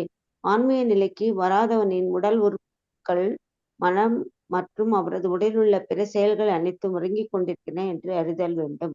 ஆன்மீக நிறைவு எய்த பெறாத ஒருவனது செயல்கள் அனைத்தும் பிணத்தின் அல்லது பேயின் செயல்களாகவே கருதப்படும். ஸ்ரீல பக்தி வேதாந்த தாக்கூர் தான் இயற்றிய பாடலில், ஓ உயிரோடு எழுந்திரு, இன்னும் எத்தனை காலம் மாயையின் மடியில் உறங்கிக் கொண்டிருக்கப் போகின்றாய்? உடல் கொண்ட அரிய வாய்ப்பினை பெற்றிருக்கின்றாய். உன்னை உயர்வதற்கு விழித்தெழ முயற்சிப்பாக என்று கூறுகிறார். வேதங்களும் இப்போது நீ மனித உடல் பெற்ற வாழ்வின் அரிய வாய்ப்புகளில் எனும் நல்லவர்த்தினை நீ பெற்றிருக்கின்றாய். இப்பொழுது உன்னை உணர்வாயாக என்று அறிவிக்கின்றன. இவைகளே வேதத்தின் கட்டளைகளாகும். துருவ மகாராஜா தனது புலன்கள் ஆன்மீக நிலையில் பரிசுத்தமடைந்த பின்னர் முழுமுதற் கடவுள் அருவமல்ல, அவர் பரமபுருஷன் என்பதை வேத முடிவினை தன்னால் புரிந்து கொள்ள முடிந்தது என்பதை உண்மையில் உணர்ந்தார். துருவ மன்னரால் இவ்வுண்மையினை உடனே புரிந்து கொள்ள முடிந்தது. நீண்ட நெடுங்காலமாகத்தான் நடைமுறையில் தூங்கிக் கொண்டிருந்தோம். என்பதனையும் இப்போது வேதங்களின் முடிவிற்கேற்ப இறைவனை புகழ்வதற்கு ஊக்கத்தினை தான் பெற்றிருப்பதாகவும் உணர்ந்தார். இம்மைக்கு ஒருவனால் முழுமுதற் கடவுளை வழிபடுவதோ அல்லது புகழ்வதோ முடியாது. காரணம், வேத முடிவினை பற்றிய உணர்வு அவனிடம் கிடையாது. துருவ மகாராஜா தனக்குள் இவ்வேறுபாட்டினை அறிந்த பொழுது இதற்குரிய காரணம் பகவானின் அளவற்ற கருணையே என்பதை அவரால் உடனே புரிந்து கொள்ள முடிந்தது. பகவானின் கருணை தன் மீது முழுவதும் இருக்கிறது என்பதை புரிந்து கொண்டவுடன் அவர் பகவானை மரியாதையுடனும் பயபக்தியுடன் வழிபட்டார். துருவ மன்னனின் மனம் மற்றும் புலன்களின் ஆன்மீக எழுச்சியானது பகவானின் அகச்சக்தியின் செயலால் விளைந்ததாகும். ஆயினால் இச்லோகத்தில் உள்ள ஸ்வ தர்மனா என்பது பொருள் ஆன்மீக சக்தியினால் என்பதாகும். ஆன்மீக மெய்யறிவு பகவானால் ஆன்மீக சக்தியின் கருணையினாலேயே சாத்தியமாகும். ஹரே கிருஷ்ணா மந்திரத்தை உச்சரிக்கும் பொழுது அதிலுள்ள ஹரே என்னும் முதல் வார்த்தை பகவானின் ஆன்மீக சக்தியினை குறிக்கும். இவ்வான்மீக சக்தியானது ஓர் உயிர் முற்றிலும் சரணடைந்து நித்திய தொண்டனாக தனது நிலையினை ஏற்றுக்கொள்ளும் பொழுதே செயல்படுகிறது. ஒருவன் தன்னை பரமபுருஷ பகவானின் திட்டம் அல்லது கட்டளைக்கு ஒப்படைத்தான் என்றால் அது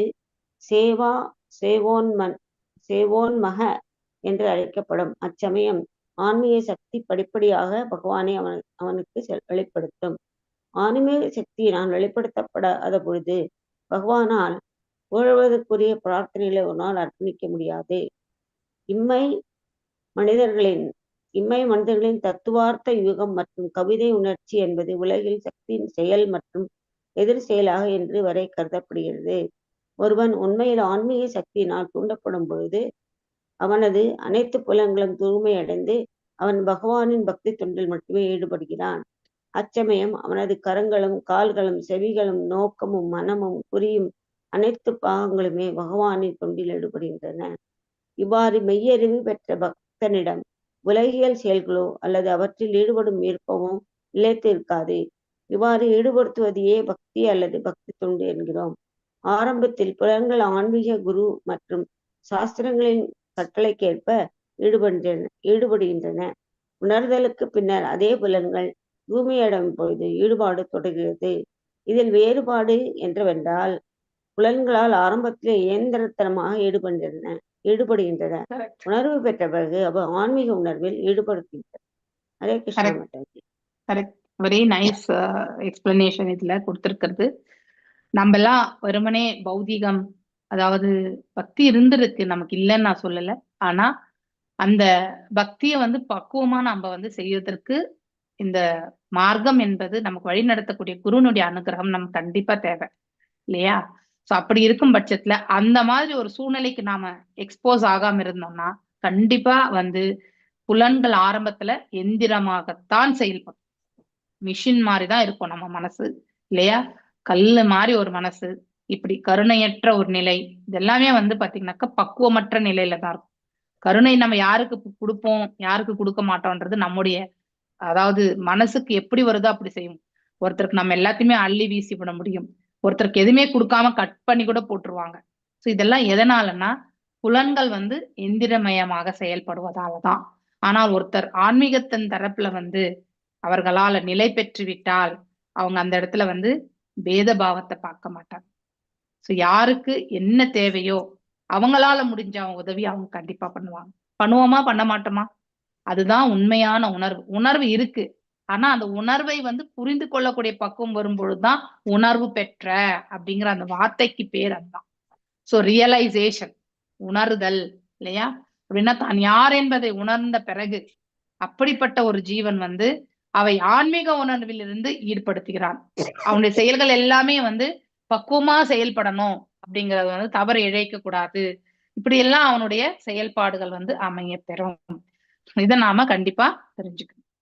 ரொம்ப அழகான ஒரு டேக்கும், அதாவது இதுதான் பலஸ்ருதியே. நம்ம இதுல இருந்து நம்ம தெரிஞ்சுக்கணும்.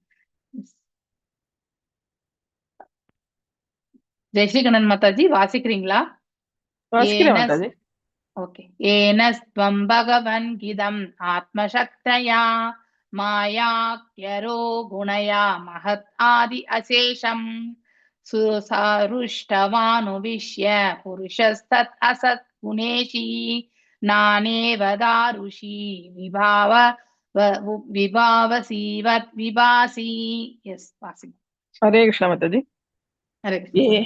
येन स्वं भगवन्न किरमात्मशक्त्या मायाज्ञयोर्गुणया मगतादि अशेषं षड्वानुविश्य पुरुषः सदसद्गुणेशी नानेव तारुषी विभावसी त्वत्पिपासी. ஏகஹ ஒன்று, துவம் சீர், ஏவ உறுதியான, பகவான் மோ எந்தன் பகவானே, இதம் இந்த உலகம், ஆத்மசக்தியா உமது சுயசக்தியினால், மாயா ஆக்கியா மாயையின் பேரில், குரு சிறந்த சக்தி உடையவர், குணயா இயற்கையின் குணங்களில் ஆனது, பகத் ஆதி மகத் தத்துவம் போன்றவை, அசேஷம் அளவற்ற, சுட்வா படைத்த பிறகு, அனுவிஷ்ய பிறர் புகுந்து, புருஷக பரமாத்மா தத் மாயின் அசத் குணேஷி தற்காலிகமாக வெளிப்பட்ட குணங்கள், நானா பல்வேறு வகை, இவ இப்பொழுது போன்று, தாருஷி மரத்துண்டுகளில் உள்ள, விபாவசி தீயை போன்று, விபாசி நீர் தோன்றுகிறீர். மொழிபெயர்ப்பு. போற்றுதலுக்குரிய பகவானே, நீரே பரம்பொருள். ஆனால் உமது பல்வேறு வகை சக்திகளினால் நீர் ஆன்மீக மற்றும் இன்றைய உலகங்களின் வேறு வேறாக தோன்றுகின்றீர். நீர் உமது புறசக்தியினால் இப்பௌதீக உலகின் முழு சக்தியை படைக்கிறீர். அதன் பிறகு உலகினுள் நீர் பரமாத்மாவாக நுழைகின்றீர். நீரே பரமபுருஷர். மேலும் இயற்கையின் தற்காலிக குணங்களினால் நெருப்பு பல்வேறு வடிவுடைய விறகுகளில் எரியும் போது பல்வேறு வகையாக தோன்றுகிறதோ அதுபோல் நீவிரும் பல்வேறு வகையாக தோற்றங்களை படைக்கின்றேன். பொருளுரை. துருவ மன்னர் முழு மெய்ப்பொருளை முழுமுதற் கடவுள் தமது பல்வேறு வகையான சக்திகளின் மூலம் செயல்படுகிறார் என்றும், அவர் சூனியமோ அல்லது அருவமோ ஆவது இல்லை. அவர் எங்கும் பரந்தவராகின்றார் என்பதையும் உணர்ந்து கொண்டார். மாயாவாத கொள்ளைக்காரர்கள் இப்பிரபஞ்சம் முழுவதும் பரந்திருக்கின்ற முழு மெய்ப்பொருளுக்கு உருவமில்லை என்று நினைக்கின்றனர். ஆனால் துருவ மன்னர் வேத முடிவை அறிந்த காரணத்தினால் கூறுகிறார், நீர் உமது சக்தியினால் இப்பிரபஞ்சம் முழுவதும் பரந்திருக்கிறீர் என்று. அடிப்படையில் இச்சக்தி ஆன்மீகமானதுதான். ஆனால் உலகில் இது மாயை என்று அழைக்கப்படுகிறது. அதாவது பக்தர்களை தவிர மற்றவர்களுக்கு பகவானின் சக்தி புறசக்தியாகவே செயல்படுகிறது.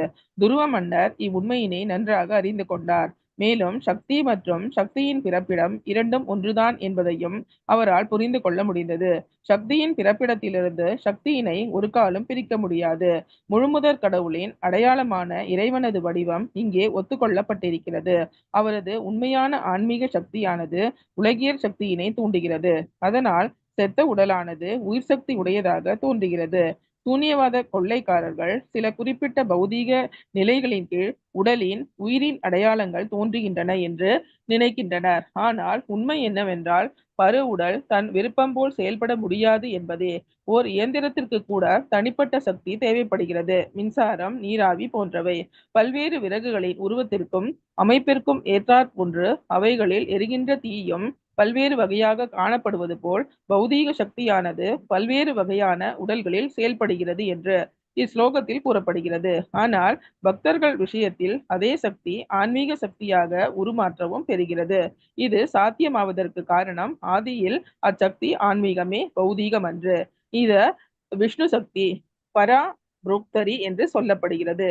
சக்தியானது ஒரு பக்தனை தூண்டுவதினால் அவன் தன் உடலின் அனைத்து பாகங்களையும் பகவானின் தொண்டில் ஈடுபடுத்துகிறான். புறசக்தியாகிய அதே சக்தி புலன் இன்பத்திற்காக பக்தர்கள் அல்லாதவர்களை உலகியல் செயல்களில் ஈடுபட வைக்கிறது. மாயைக்கும் சுவதாமிற்கும் இடையே உள்ள வேறுபாட்டினை நாம் குறித்து கொள்ள வேண்டும். பக்தர்களிடம் சுவதாமாவும் பக்தர் அல்லாதவரிடம் மாயையும் செயல்படுகிறது. Hare Krishna Mataji. Thank you so much Mataji. Thank you Mataji. சுவதாமான யார் மாதாஜி? இருங்க, சுவதாமான யாரும் கிடையாது. அவங்களுடைய அதாவது நம்ம செய்யக்கூடிய செயல்கள். அதாவது ஸ்வ என்னாலே தன்னதுன்னு அர்த்தம். ஆமா, நம்முடைய செயல்கள் தான், நம்முடைய கடமைகள். Yes, okay. துர்வகுவாச்ச யோக் சுரந்த பரலிஷ்ய மம வாசம் சிமார் பிரசீதாம் சஞ்சீவயதி அகில சக்தி தர ஸ்வதாம்னா இங்க கொடுத்திருக்காங்க பாருங்க. ஸ்வதாம்னா அவரது அகச்சக்தியினால். அதாவது ஸ்வ அண்ணாலே யாரு ஸ்வ, இப்ப நான் ஸ்வ அண்ணாக்கா என்னுடைய சக்தி. இங்க இறைவனுடைய சக்தியை பத்தி சொல்றாங்க. அத ஸ்வதாம்னான்றது பின்னாடி வருது இல்லையா, சேம் வார்த்தை தான் அது. அதாவது பகவானுடைய அகச்சக்தி அப்படின்னா அந்தரங்க சக்தின்னு அர்த்தம். சோ அவருக்கு உரித்தானது, அவருக்குள்ளே இருக்கக்கூடிய சக்தி வந்து அந்தரங்கம். அவரிலிருந்து பிரிந்து வந்தது வந்து புறச்சக்தி. சோ ரெண்டுத்தையுமே நாம நோக்கணும் இந்த இடத்துல. அந்யாம் ச ஹஸ்தசரன் ஸ்ரவணத்வக் ஆதீன் பிராணான் நமோ பகவதே புருஷாய துப்யம். துருவ உவாச்ச, துருவ மகாராஜா கூறினார், யஹ பரமபுருஷ பகவானான அவர் அந்த உள்ளே பிரலிஷ்ய புகுந்து மமா எனது வாசம் வார்த்தைகள் அப்படின்னா பகவானே தனக்குள்ள புகுந்து இதெல்லாம் பேச வைக்கிறார் அப்படிங்கிறது. அதாவது இந்த ஞானம் அவரிலிருந்து தான் எனக்கு கொடுக்கப்பட்டிருக்கு அப்படிங்கறது வந்து யார் உணர்கின்றார்? துருவ மகாராஜா உணர்கிறார். இது உண்மை.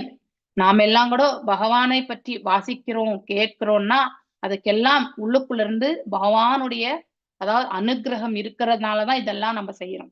இல்லைன்னா இதை கண்டிப்பா நம்மளால இந்த புக்கு இங்கே இருந்தாலும் அது சீல்டு பேக்கா தான் அப்படியேதான் இருக்கும். கண்டிப்பா படிக்க முடியாது. சோ நாம முயற்சி செய்தாலும் நமக்கு வந்து இறைவனுடைய அனுகிரகமும் இருந்தால் ஒழிய நம்மளால அதுல முழுமையா வந்து முன்னேற்ற பாதை அடைய முடியாது.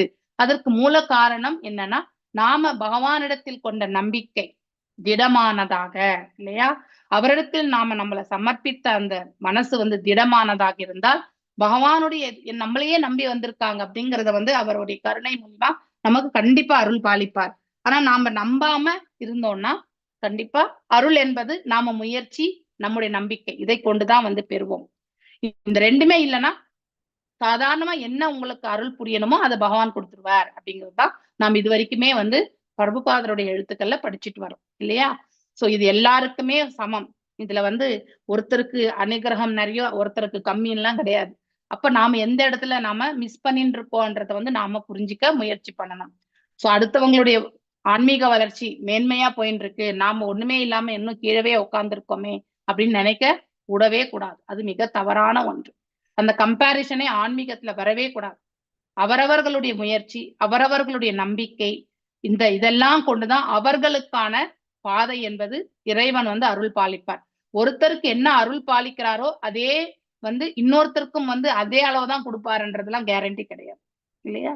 சோ அதனால யாருக்கு என்ன அனுகிரகம் என்பது அந்த ஜீவன் உடைய முயற்சியும் நம்பிக்கைக்கு மட்டும்தான் அந்த நம்பிக்கையினுடைய அளவு பொறுத்துதான் அவங்களுக்கு கிடைக்கும். சோ அதுல நாம ஸ்ட்ராங்கா இருந்தோம்னா பகவான் நமக்கு கண்டிப்பா அருள் பாலிப்பார்.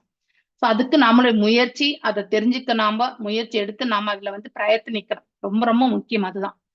இமார் இவையெல்லாம் பிரசீப்தாம் செயலற்று அல்லது மரித்த சஞ்சீவயதி புத்துயிர் அளித்து அகில அகிலம் சக்தி சக்தி தர கொண்டிருந்தால் ஸ்வதாம்னா அவரது அகசக்தியினால் ஸ்வதாம்னா அதுதான் அங்கேயும் வருது அப்படின்னா நம்ம ஸ்வ என்றால் தன்னுடையது என்று அர்த்தம். இங்கே யாருடைய இத பத்தி சொல்லிட்டு இருக்கார் துருவ மகாராஜா? அதாவது இறைவனை பற்றி சொல்லிட்டு இருக்கார், இறைவனுடைய ஆற்றலை பற்றி சொல்லிட்டு இருக்கார். அதனால இப்போ இதை எதை குறிக்கின்றது என்றால் இறைவனுடைய ஆற்றலை குறிக்கின்றது. அப்படின்னு அவருக்கு இருக்கக்கூடிய ஆற்றல் எது? அவருக்கு உள்ளுக்குள்ள இருக்கிறது அந்த அகச்சக்தி அந்தரங்க சக்தி. அந்யான்சா பிற பாகங்களும் கூட ஹஸ்த கரம் சரண் பாதங்கள் ஸ்ரவண செவிகள் தோல் ஆதீன் போன்ற பிற பிராணான் உயிர் சக்தி நமக எனது வழிபாட்டினை செலுத்த அருள்வீர் புருஷாய பரமபுருஷர் துப்யம் உமக்கு. மொழிபெயர்ப்பு துருவ மன்னர் கூறுகின்றார். மேலும் போற்றுதலுக்குரிய பகவானே அப்படின்னா எப்பவுமே புகழாரங்களுக்கு வந்து அதாவது புகழாரங்களை நாம் யாருக்கு சூட்டணும்னா எல்லாம் வல்ல இறைவனுக்கு தான். Is the qualified person to receive இல்லையா? அவருக்கு மட்டும்தான் அந்த தகுதியே உண்டு. புகழாரங்கள் முதன்மையா நம்ம யாருக்கு கொடுக்கணும்னா எல்லாம் வல்ல இறைவனுக்கு தான். he possesses that quality, 100% quality அவருக்கு தான் உண்டு. நீர் அனைத்து சக்திகளும் வாய்க்க பெற்றவர். சோ இதெல்லாம் அவர் உணர்ந்திருக்கார். யாரு? துருவ மகாராஜா. சோ அனைத்து சக்திகளுமே அவரிடத்துல இருக்குன்றத வந்து அவரால புரிந்துக்க முடிஞ்சது. நீர் என்னுள் புகுந்து, இது உண்மை, நமக்குள்ளே பகவான் இருக்கார். ஆனா அத வந்து ஆக்டிவேஷன் பண்றது வந்து நாம எப்படி முயற்சி பண்றோமோ அதை பொறுத்துதான். சோ நீர் என்னுள் புகுந்து உமது கரங்களையும் கால்களையும் செவிகளையும் தொடு உணர்வினையும் உயிர் சக்திகளையும் குறிப்பாக எனது பேசும் சக்தியினையும் உயிர்ப்பித்தீர். அது ஆக்டிவேஷன். உயிர்ப்பிக்கிறது என்றதுன்னா அதை வந்து ஆக்டிவேஷன் மோடுக்கு எடுத்துட்டு வர்றது, செயல்படக்கூடிய தன்மைக்கு எடுத்துட்டு வந்திருக்கீங்க அப்படின்னா அவருடைய உமது கரங்களையும் கால்களையும், அதாவது பகவானே இவருக்குள்ள புகுந்து, அதாவது அவருடைய கரங்களை கொண்டு, அவருடைய கால்களை கொண்டு, செவிகளை கொண்டு, இதெல்லாத்தையுமே வந்து, அதாவது எந்த அளவுக்கு அவர் வந்து அதுல மூழ்கி இருப்பார் அப்படிங்கிறத வந்து நம்ம பார்க்கணும் இல்லையா. துருவ மகாராஜா பகவானை உணர்தல்ல வந்து அவ்வளவு ஆழ்ந்து வந்து அதுல வந்து லயித்திருக்கார். சோ பகவானுடைய அனுகிரகம் இல்லைன்னா தன்னுடைய கைகளோ கால்களோ இல்ல இந்த மனசு இல்லையா புத்தி இது எல்லாமே வந்து, அதாவது ஆக்டிவேஷனே கிடையாது, அது செயலற்ற நிலையில இருந்திருக்கு அப்படிங்கறத வந்து இந்த இடத்துல எடுத்துரைக்கிறார். அப்படின்னா he is able to analyse இல்லையா. நாம கூட வந்து எப்படி பகவான் இதுல இருக்கார், இந்த கூட்டுல இருக்கார் அப்படிங்கறதான் நம்ம நினைக்கிறோம். ஆனா உண்மையிலே இந்த ஜீவன் இயங்கி இருக்கிறது என்றால் அது எல்லாம் வல்ல இறைவன் வந்து நம்மளை இயக்கின்றிருக்கார் என்றது அர்த்தம். அவர் உள்ளுக்குள்ள இருந்து நம்முடைய இந்த ஜீவாத்மாவை இயக்கி கொண்டிருக்கிறார். அதனாலதான் நம்மளால பேச முடியறது, உட்கார முடியறது, நடக்க முடியறது, உண்ண முடியறது, உறங்க முடியறது இல்லையா. சோ அப்படி எல்லா செயல்களிலுமே நாம் ஈடுபட்டு இருக்கோம், கை கால் இந்த உடலை இந்த எந்திரத்தை உபயோகப்படுத்தி. ஆனா இதுக்கு எல்லாவற்றுக்கும் மூல காரணம் எல்லாம் வல்ல இறைவன். எனது மரியாதைக்குரிய வழிபாடுகளை உமக்கு செலுத்துவதற்கு அருள் புரிவீராக அப்படின்னா அவர்கிட்ட கேட்கிறார், பகவான்கிட்ட வந்து பிரார்த்திக்கிறார் இல்லையா. பகவானுடைய புகழை பாடுவதற்கு பகவானுடைய அனுகிரகம் நமக்கு கண்டிப்பா தேவை. இல்லைன்னா அவருடைய புகழ் ஆரங்களை நம்மளால கண்டிப்பா பாட முடியாது. சோ அதை நாம பகவானிடத்துல கண்டிப்பா கேட்டு பெறணும். அதைத்தான் இந்த இடத்துல துருவ மகாராஜா செய்கிறார். துருவ மன்னர் ஆன்மீக உணர்வு பெற்று முழுமுதற் கடவுளை நேருக்கு நேர் பார்ப்பதற்கு முன்பும் பின்பும் உள்ள வேறுபாட்டினை மிக எளிதாக உணர்ந்து கொண்டார் இல்லையா. அதுக்கு முன்னாடி அவர் எப்படி இருந்தார், ஒரு பௌதிகவாதி. அவர்கிட்ட நல்ல குணங்கள் இருந்தது, ஆனா பௌதிகத்தின் நோக்கத்தோடு தான் பார்த்தார். இதையே தான் அர்ஜுனரும் செய்தார் இல்லையா. அர்ஜுனரும் வந்து பக்தன், தூய பக்தன், அவனுக்கு ஞானம் உண்டு. ஆனா தன்னுடைய பாட்டனாரை கொல்ல மாட்டேன், ஆசிரியரை கொல்ல மாட்டேன், மற்ற உறவுகளை கொல்ல மாட்டேன் அப்படின்னு பார்த்ததுக்கான அந்த நிலை எது, அவர் பௌதீகத்தோட சம்பந்தப்பட்டு அந்த பார்வை கொண்டு அவர் நோக்கினார் இல்லையா. நம்ம பார்க்கக்கூடிய பார்வைதான் ரொம்ப ரொம்ப இம்பார்ட்டன்ட். சோ நம்ம ஆன்மீக கண்ணோட்டத்தோடு நோக்கும் பொழுது அங்கே எல்லாம் ஜீவன்கள் தான், எல்லாமே ஜீவாத்மாக்கள் தான், எந்த வேறுபாடுமே கிடையாது. ஒரு சாதாரண ராணுவ வீரனும் சரி, பீஷ்மரும் சரி ஒன்றுதான் இல்லையா. அவர் ஒரு ஜீவாத்மா, இவனும் ஒரு ஜீவாத்மா அப்படிங்கறதான் நினைக்கணும். அந்த ஒரு பக்குவத்தை தான் எடுத்துட்டு வரணும்னு பகவான் வந்து அர்ஜுனருக்கு எடுத்துரைத்தார். சோ அவர் வேறுபடுத்தி காக்கிறார் இல்ல தன்னுடைய உறவு முறை.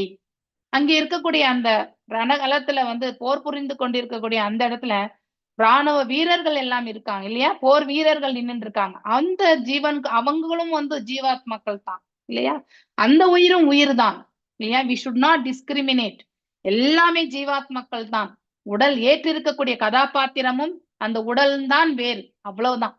அவரவர்களுடைய கர்ம பலனுக்கு ஏற்றவாறு பீஷ்மராகவும் துரோணராகவும் இல்லையா, கர்ணனாகவும் இல்லையா, துரியோதனனாகவும் மற்ற பிற, அதாவது அங்க இருக்கக்கூடிய அந்த படையில இருக்கக்கூடிய வீரர்கள், போர் வீரர்களா இருக்கட்டும், எல்லாமே அவரவர்களுடைய கர்ம பலனுக்கு ஏற்றவாறு ஒரு ஸ்தானத்தை அவர்கள் பெற்றிருக்கிறார்கள், அவ்வளவுதான். இதை நாம உணர வேண்டும். சோ இங்கே வந்து அவர் அதாவது பார்க்கக்கூடிய அந்த வேறுபாட்டினை மிக எளிதாக உணர்ந்து கொண்டார். அப்படின்னா முன்னாடி அவர் பௌதீக சம்பந்தப்பட்ட ரிலேஷன்ஷிப்ல தான் அந்த ஒரு இதுலதான் வந்தார் இல்லையா. சோ தன்னுடைய சிற்றன்னையினுடைய வார்த்தைகள் இல்லையா, தந்தை மடி மீது அமர முடியாத போன அந்த இது எல்லாமே வந்து பௌதீகம் தான். சோ அப்படி இந்த எதிர்பார்ப்புகள் எல்லாமே இருந்தது, அதை அடைய முடியல இல்லையா. தந்தை மடி மேல உட்கார்றது அது அதாவது நியாயமான ஒரு இதுதான், அதுல தவறு ஒன்றும் கிடையாது. அவர் ஒன்னும் ஆஸ்தியை கேட்கல, தந்தை மடி மீது அமர்வதற்கு எல்லோருக்கும் உரிமை உண்டு இல்லையா. சோ பெற்ற பிள்ளைகள் அனைவருக்குமே உரிமை உண்டு.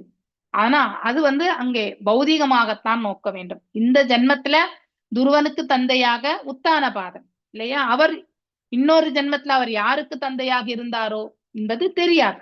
சோ இப்படிப்பட்ட ஒரு இந்த ஆன்மீக கண்ணோட்டத்தோட நோக்கக்கூடிய பக்குவம் வந்து தவத்துக்கு முன்னாடி, இறைவனை காண்பதற்கு முன்னாடியுமே வந்து துருவருக்கு கிடையாது இல்லையா. ஆனா இப்ப அவரால் அதை உணர முடியும். So he will be able to, ஏன்னா அவர் தன்னை உணர்ந்த நிலையில வந்து நிலை பெற்றிருக்கிறார். அதனால முன்பும் பின்னும் உள்ள வேறுபாட்டினை மிக எளிதாக வந்து துருவ மன்னரால வந்து உணர முடிஞ்சது. தனது உயிர் சக்தியும் செயல்களும் உறங்கிக் கொண்டிருந்தன. அப்படின்னா ஆக்டிவேஷன் இன் த ரைட் இல்லையா? எப்பவுமே இந்த புலன்கள் எல்லாமே ஆன்மீக தளத்திலிருந்து இயங்க வேண்டும். அதுதான் கிருஷ்ண உணர்விலிருந்து இயங்குவது என்று பொருள். ஆன்மீக தளத்திலிருந்து இயங்காம வெறுமனே பௌதீக தளத்திலிருந்து நாம் இயக்கினோம் என்றால் அது செயலற்ற ஒரு நிலைக்கு தான் ஒப்பிடப்படும். நாம் உண்மையிலே செயலாற்றி கொண்டிருந்தாலும் அதனால் வரக்கூடிய பலன்கள் நமக்கு கட்டுண்ட நிலையை ஏற்படுத்தி கொடுக்கும் இல்லையா? அந்த கட்டுண்ட நிலையினால நமக்கு என்ன பிரயோஜனம்? அது it is as good as நாம உறங்கின்னு இருக்கிறதுக்கான சமம் தான். அது மீண்டும் ஒரு பிறவி எடுக்கிறது தேவையற்ற ஒரு செயல் இல்லையா? சோ அதனால அந்த செயலற்ற தன்மைக்கு அது ஓமையாகவே ஒப்பிடப்படும். அதனால நம்ம இயங்க வேண்டிய முறையே என்னது? இந்த கான்ஸ்டிடியூஷனல் பொசிஷன் சொல்லுவாங்க இங்கிலீஷ்ல. அப்படின்னா ஒரு ஜீவன் எவ்வாறு இயங்கணும்னா இறைவனை பக்தி கொண்டு அந்த ஒரு பாவத்தை கொண்டு அவன் எல்லா பௌதிக செயல்களுமே செயலாற்றணும். அதுதான் எதிர்பார்க்கப்படக்கூடிய ஒரு செயலாற்ற முறை. ஆனால் எல்லா ஜீவன்களுக்குமே அதை உணரக்கூடிய பக்குவம் என்பது கிடையாது. அதனால பௌதிகவாதியாகவே சில பேர் கடைசி வரைக்கும் வாழ்ந்து முடிச்சுட்டே போயிடுவாங்க இல்லையா?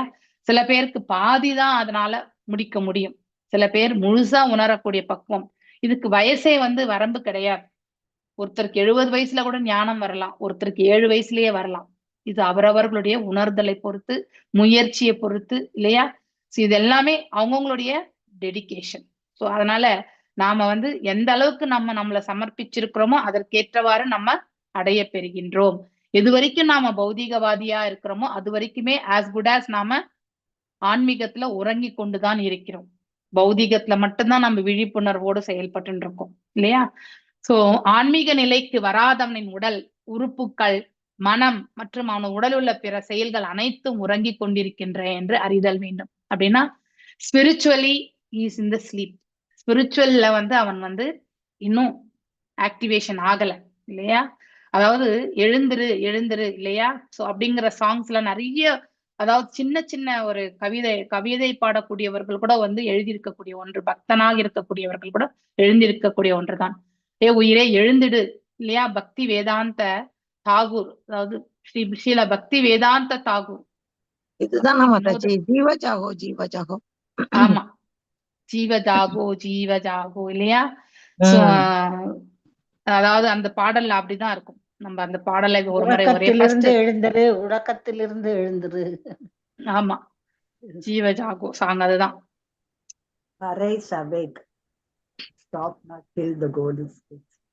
ஆமா, ஜீவஜாகோ சாங் இல்லையா? ஜீவஜாகோ என்ன சொல்றாரு? கௌரங்கா கூப்பிடுறாரு நம்மள. இதை எழுதினவர் யாரு? ஆக்சுவலி பக்தி வினோத தாகூர். ஆக்சுவலி அது பக்தி வேதாந்த ஸ்பெல்லிங் மிஸ்டேக். அதான் பக்தி வினோத அப்படின்னு. அது வேதாந்த கிடையாது, அது தப்பு ஸ்பெல்லிங் மிஸ்டேக். பக்தி வினோத தாகூர். ஓகே, ஜீவ ஜாகோ அப்படின்னு நமக்கு இந்த பக்தி வினோத தாகூர் கௌரங்க மகாபிரபு எல்லோருக்கும் கொடுக்கக்கூடிய அழைப்பாக இந்த இடத்துல அவர் பாடுறார். அவ்வளவுதான். Okay, so Gauranga Mahaprabhu, wake up sleeping souls, wake up sleeping souls, how long will you sleep in the lap of the witch called as maya இல்லையா? அதாவது ஜீவ ஜாகோ ஜீவாஹோ, கௌராச்சந்த் போலேன்னு சொல்லிட்டாரு, அங்கே சொல்லிட்டார், பேசுறார். கௌராச்சந்த் தான் கூப்பிடுறார்.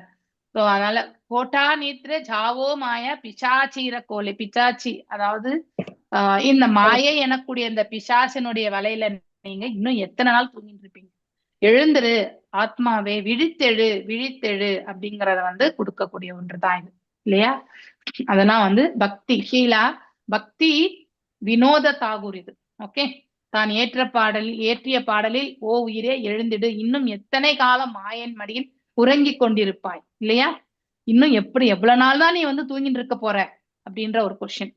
அப்படின்னா தூக்கம் என்பது நம்ம இன்னொரு ஸ்லோகத்திலயுமே பகவத்கீதையில இதை நான் முன்னாடி கூட உங்களுக்கு சொல்லியிருக்கேன் நிறைய வாட்டி, ஆய்ந்தறியும் முனிவர் அப்படின்னு சொல்லிட்டு இல்லையா?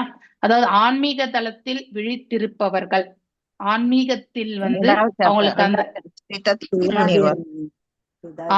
அந்த உணர்வு விழித்து இருந்திருப்பவர்களுக்கு அதாவது எப்பொழுதுமே அவங்க ஜாகிரதையா இருப்பாங்க. இதே ஒரு ஆன்மீகமற்றவர் பௌதிகவாதிக்கு பகல் பகல் தான்.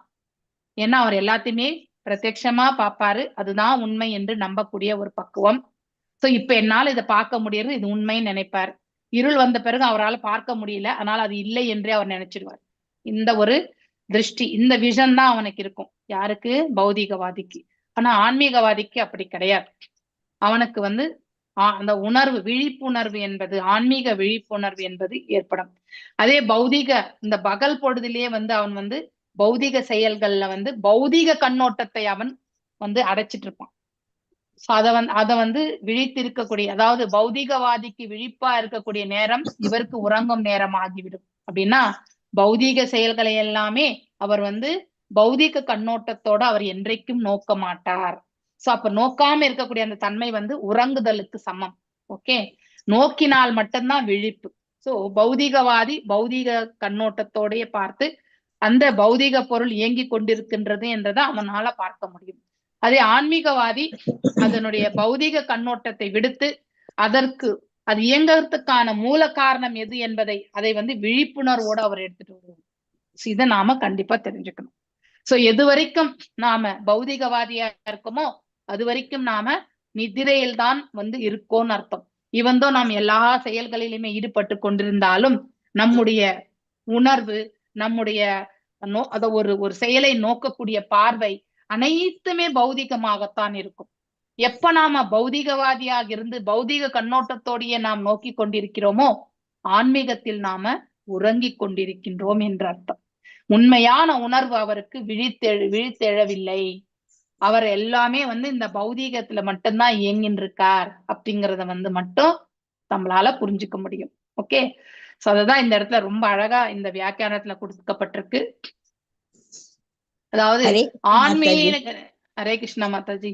ஹரே கிருஷ்ண மாதாஜி. சுவாமி விவேகானந்தர் கன்னியாகுமரி முனை பாறையில் 3 நாள் தவம் செய்துட்டு Mataji. He makes his clarion call, arise, awake and stop not till the goal is reached.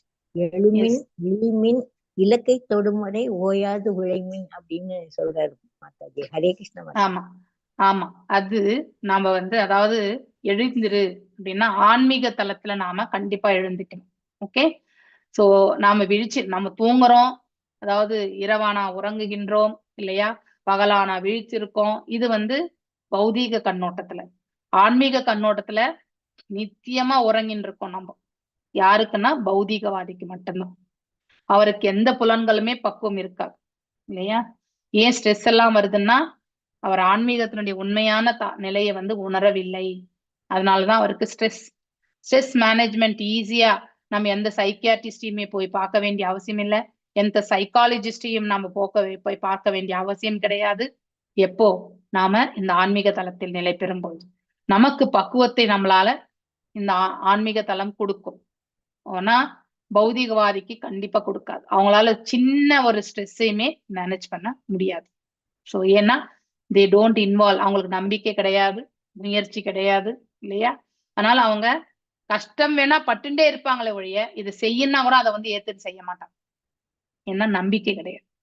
Basically நம்பிக்கை இருந்தால் மட்டும்தான் அவங்களால ஆன்மீகத்துல வந்து போக முடியும் இல்லையா. சோ அந்த ஆன்மீக நிலைக்கு வராதவனுடைய உடல் உறுப்புகள், மனம் மற்றும் அவன் உடலில் உள்ள பிற செயல்கள் அனைத்தும் உறங்கி கொண்டிருக்கின்ற என்று அப்படின்னா அந்த ரியல் கான்சியஸ்னஸே இருக்காது அவங்களுக்கு. அந்த அதாவது உணர்வு எவ்வாறு இருக்கணும் ஒருத்தருக்கு, அந்த விழிப்புணர்வோடு இருக்கக்கூடிய உணர்வு இருக்கணும்ன்றது அவங்களுக்கு கண்டிப்பா இருக்கு. அதுதான் எதிர்பார்க்கப்பட்டது. எப்பன்னா இறைவனை மறத்தல், பிகாஸ் ஆஃப் த ஃபர்கெட்ஃபுல்னஸ். நம்ம ஒரு சுப்ரீமசியே மறந்து போறதுனால்தான் இந்த நிலை இல்லையா. ஆன்மீக நிலை எய்த பெறாத ஒருவனது செயல்கள் அனைத்தும் பிணத்தின் அல்லது பேயின் செயல்களாகவே கருதப்படும். எஸ், உண்மையிலே அது கரெக்ட் தான் இல்லையா. பிணத்தின் மீது ஏதாவது நம்ம செயல்பட்டா அதனால என்ன பிரயோஜனம்? ஒன்னும் பிரயோஜனம் கிடையாது. அது மாதிரி பௌதீக செயல்களை நாம பௌதீகத்திலேயே நாம செய்து கொண்டு போகும் பொழுது அது நமக்கு வந்து ஒரு ஜீவனுடைய முக்கியமான ஒரு நிலை என்ன, இறைவனுடைய பாதங்களை சேர்வது, அவருக்கு திருத்தொண்டு புரியறது. அவ்வாறு அந்த உண்மையான அந்த செயலை செய்வதற்கான மார்க்கம் என்பது அடைக்கப்பட்டது. அவன் மீண்டும் மீண்டும் பிறவி எடுக்கக்கூடிய அத்தகைய ஒரு மார்க்கத்திற்கு மட்டும் அவன் நிரந்தரமாக தள்ளப்பட்டு விடுவான். So he will be missing. So அதனால்தான் அது ஓமை வந்து பிணத்திற்கு சொல்ல. பிணத்து மேல நம்ம என்னதான் அலங்காரம் பண்ணாலுமே அது எடுத்துட்டு போய் மண்ணுல தான் நம்ம போட போறோம். அந்த அலங்காரமே அங்க இந்த சுடுகாட்டுக்கு எடுத்துட்டு போன பிறகு என்ன பண்ணுவாங்க, அந்த பிணத்து மேல இருக்கக்கூடிய எல்லாத்தையுமே எடுத்து அந்த ஒரு போரமா போட்டுட்டு வெறுமனே அந்த வெள்ளை துணி போத்த அந்த உடலை தான் எரிக்கிறதோ இல்ல வந்து புதைக்கிறதோ செய்வாங்க. சோ அந்த அலங்காரம் அவ்வளவு ஒரு 1/2 மணி நேரம் அபிஷேகம் 1 மணி நேரம் அபிஷேகம் பண்ணுவாங்க. நிறைய ஃபேமிலிஸ்ல இது உண்டு இல்லையா? எல்லாமே அந்த பிணத்துக்கு அபிஷேகங்கள் ஆராதனை எல்லாம் பண்ணி அதுக்கப்புறம் வெள்ளை துணி போத்தி புஷ்பத்தை எல்லாம் போட்டு எடுத்துட்டு போவாங்க இல்லையா? அலங்காரமா எடுத்துட்டு போகக்கூடியவங்களும் ஊர்வலமா. ஆனா அதனால என்ன பிரயோஜனம்? ஒரு பிரயோஜனமே கிடையாது இல்லையா? தற்காலிகமான அலங்காரம் அது இல்லையா? சோ அது மேலும் வந்து பேயின் செயல்களுக்கு பேய் ஆக இருக்கக்கூடியது அது என்னைக்காவது அதனுடைய நன்னிலை அடைய முடியுமா? அந்த நிலையிலேயே கண்டிப்பா அடைய முடியாது. அதனாலதான் பேய் செயல்கள், பேயினுடைய செயல்கள் வந்து அடுத்தவர்களை துன்புறுத்துறதுக்காக தான் இருக்கும் இல்லையா? தனக்கே அது நன்மையை விளைவிச்சுக்காது அது பேயாக இருக்கும் பொழுது. அதனால என்றைக்குமே அது வந்து பிரயோஜனமற்ற ஒரு செயல்தான். அதை வந்து விழித்தெழக்கூடிய ஒரு செயலாக அந்த ஒரு ஜீவனுக்கு கிடைக்க பெறாது.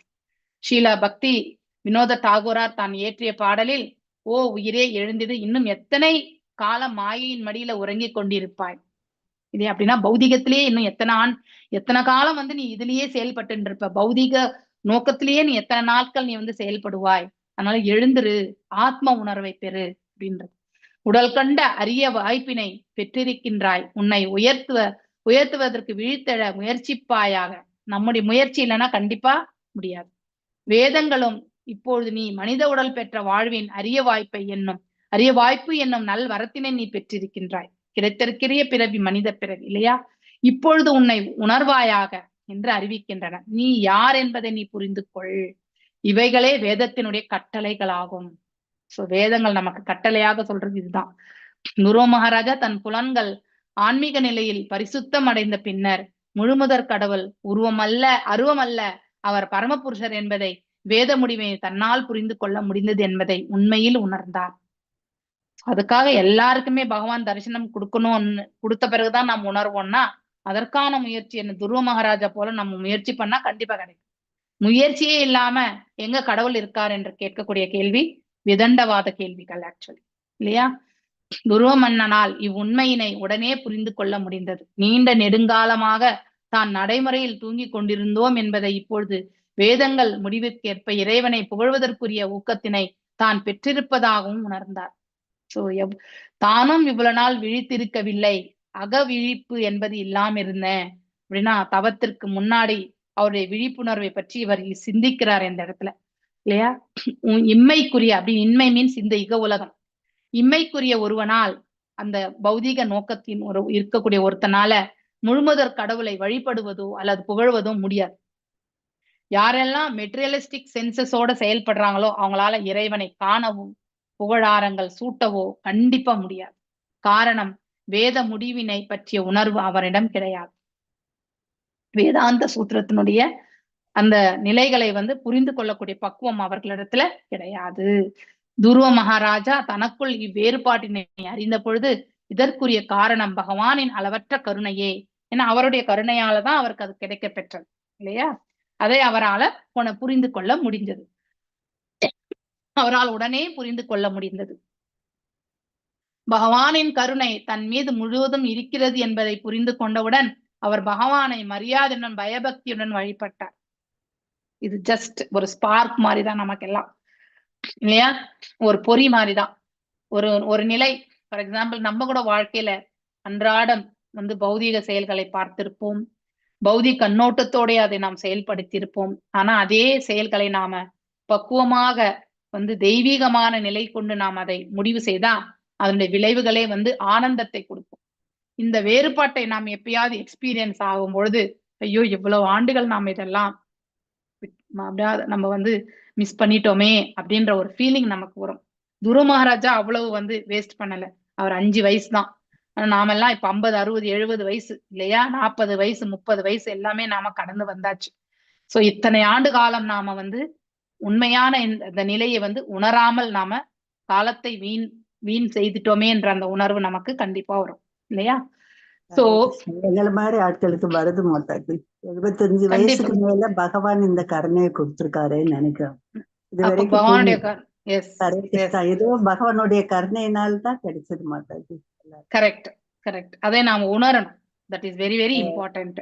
இவருடைய இல்லையா? பாடல் மாதாஜி கௌரங்கர் சொல்றாரு, அழைக்கிறார், உறங்கும் ஆத்மாக்களே விழித்துக் கொள்ளுங்கள், உறங்கும் ஆத்மாக்களே விழித்துக் கொள்ளுங்கள், நீங்கள் மாயை என்னும் பிசாசின் மடியில் நீண்ட நேரம் உறங்கிவிட்டீர்கள். எம்பெருமானே, நான் உண்மை நிச்சயமாக வழிபடுவேன் என்று கூறி நீங்கள் இந்த உலகத்திற்கு வந்தீர்கள். இந்த உலகத்துக்கு வர்றப்போ உங்களுக்கு தொண்டு செய்வேன், உங்களை வழிபடுவேன்னு சொல்லிட்டு வந்தீங்க. ஆனால் அந்த வாக்குறுதியை மறந்து பெரும் அறியாமையில் உள்ளீர்கள். உங்களை காப்பாற்றுவதற்காகவே நான் அவதரித்து உள்ளேன் அப்படிங்கிறார் கௌரங்கருடைய அவதாரம். ஆமா, உங்களை தவிர உங்களுக்கு என்னை தவிர உங்களுக்கு வேறு நண்பர்கள் யாரேனும் உள்ளரோ? மாயையை அழிக்கும் அருமருந்தினை கொண்டு வந்துள்ளேன் உங்களுக்கு அப்படின்னு சொல்றாரு கௌரங்கர். ஸ்ரீ ஹரிநாம மகா மந்திரத்தை வேண்டி பெற்றுக்கொள்ளுங்கள். பக்தி வினோத தாகூர் கௌரங்கரின் தாமரை திருவடிகளில் விழுந்து அந்த ஹரிநாம மகா மந்திரத்தை வேண்டி பெறுகிறார். அவரே வேண்டிதான் பெறுறார். எல்லாருமே வேண்டிதான் பெற முடியும். அகங்காரத்தினால் நமக்கு வந்து 2 நிலைகள் நம்ம கண்டிப்பா இருக்கும் இல்லையா? ஒண்ணு அகங்கார நிலையில இருக்கும், இல்லைன்னா பணிவான பக்தி நிலையில இருக்கும். ஒருத்தர் வந்து பணிவான பக்தி நிலைக்கு போன பிறகு அகங்காரத்தை விடக்கூடிய தன்மை அவங்களுக்கு கண்டிப்பா ஏற்படும்.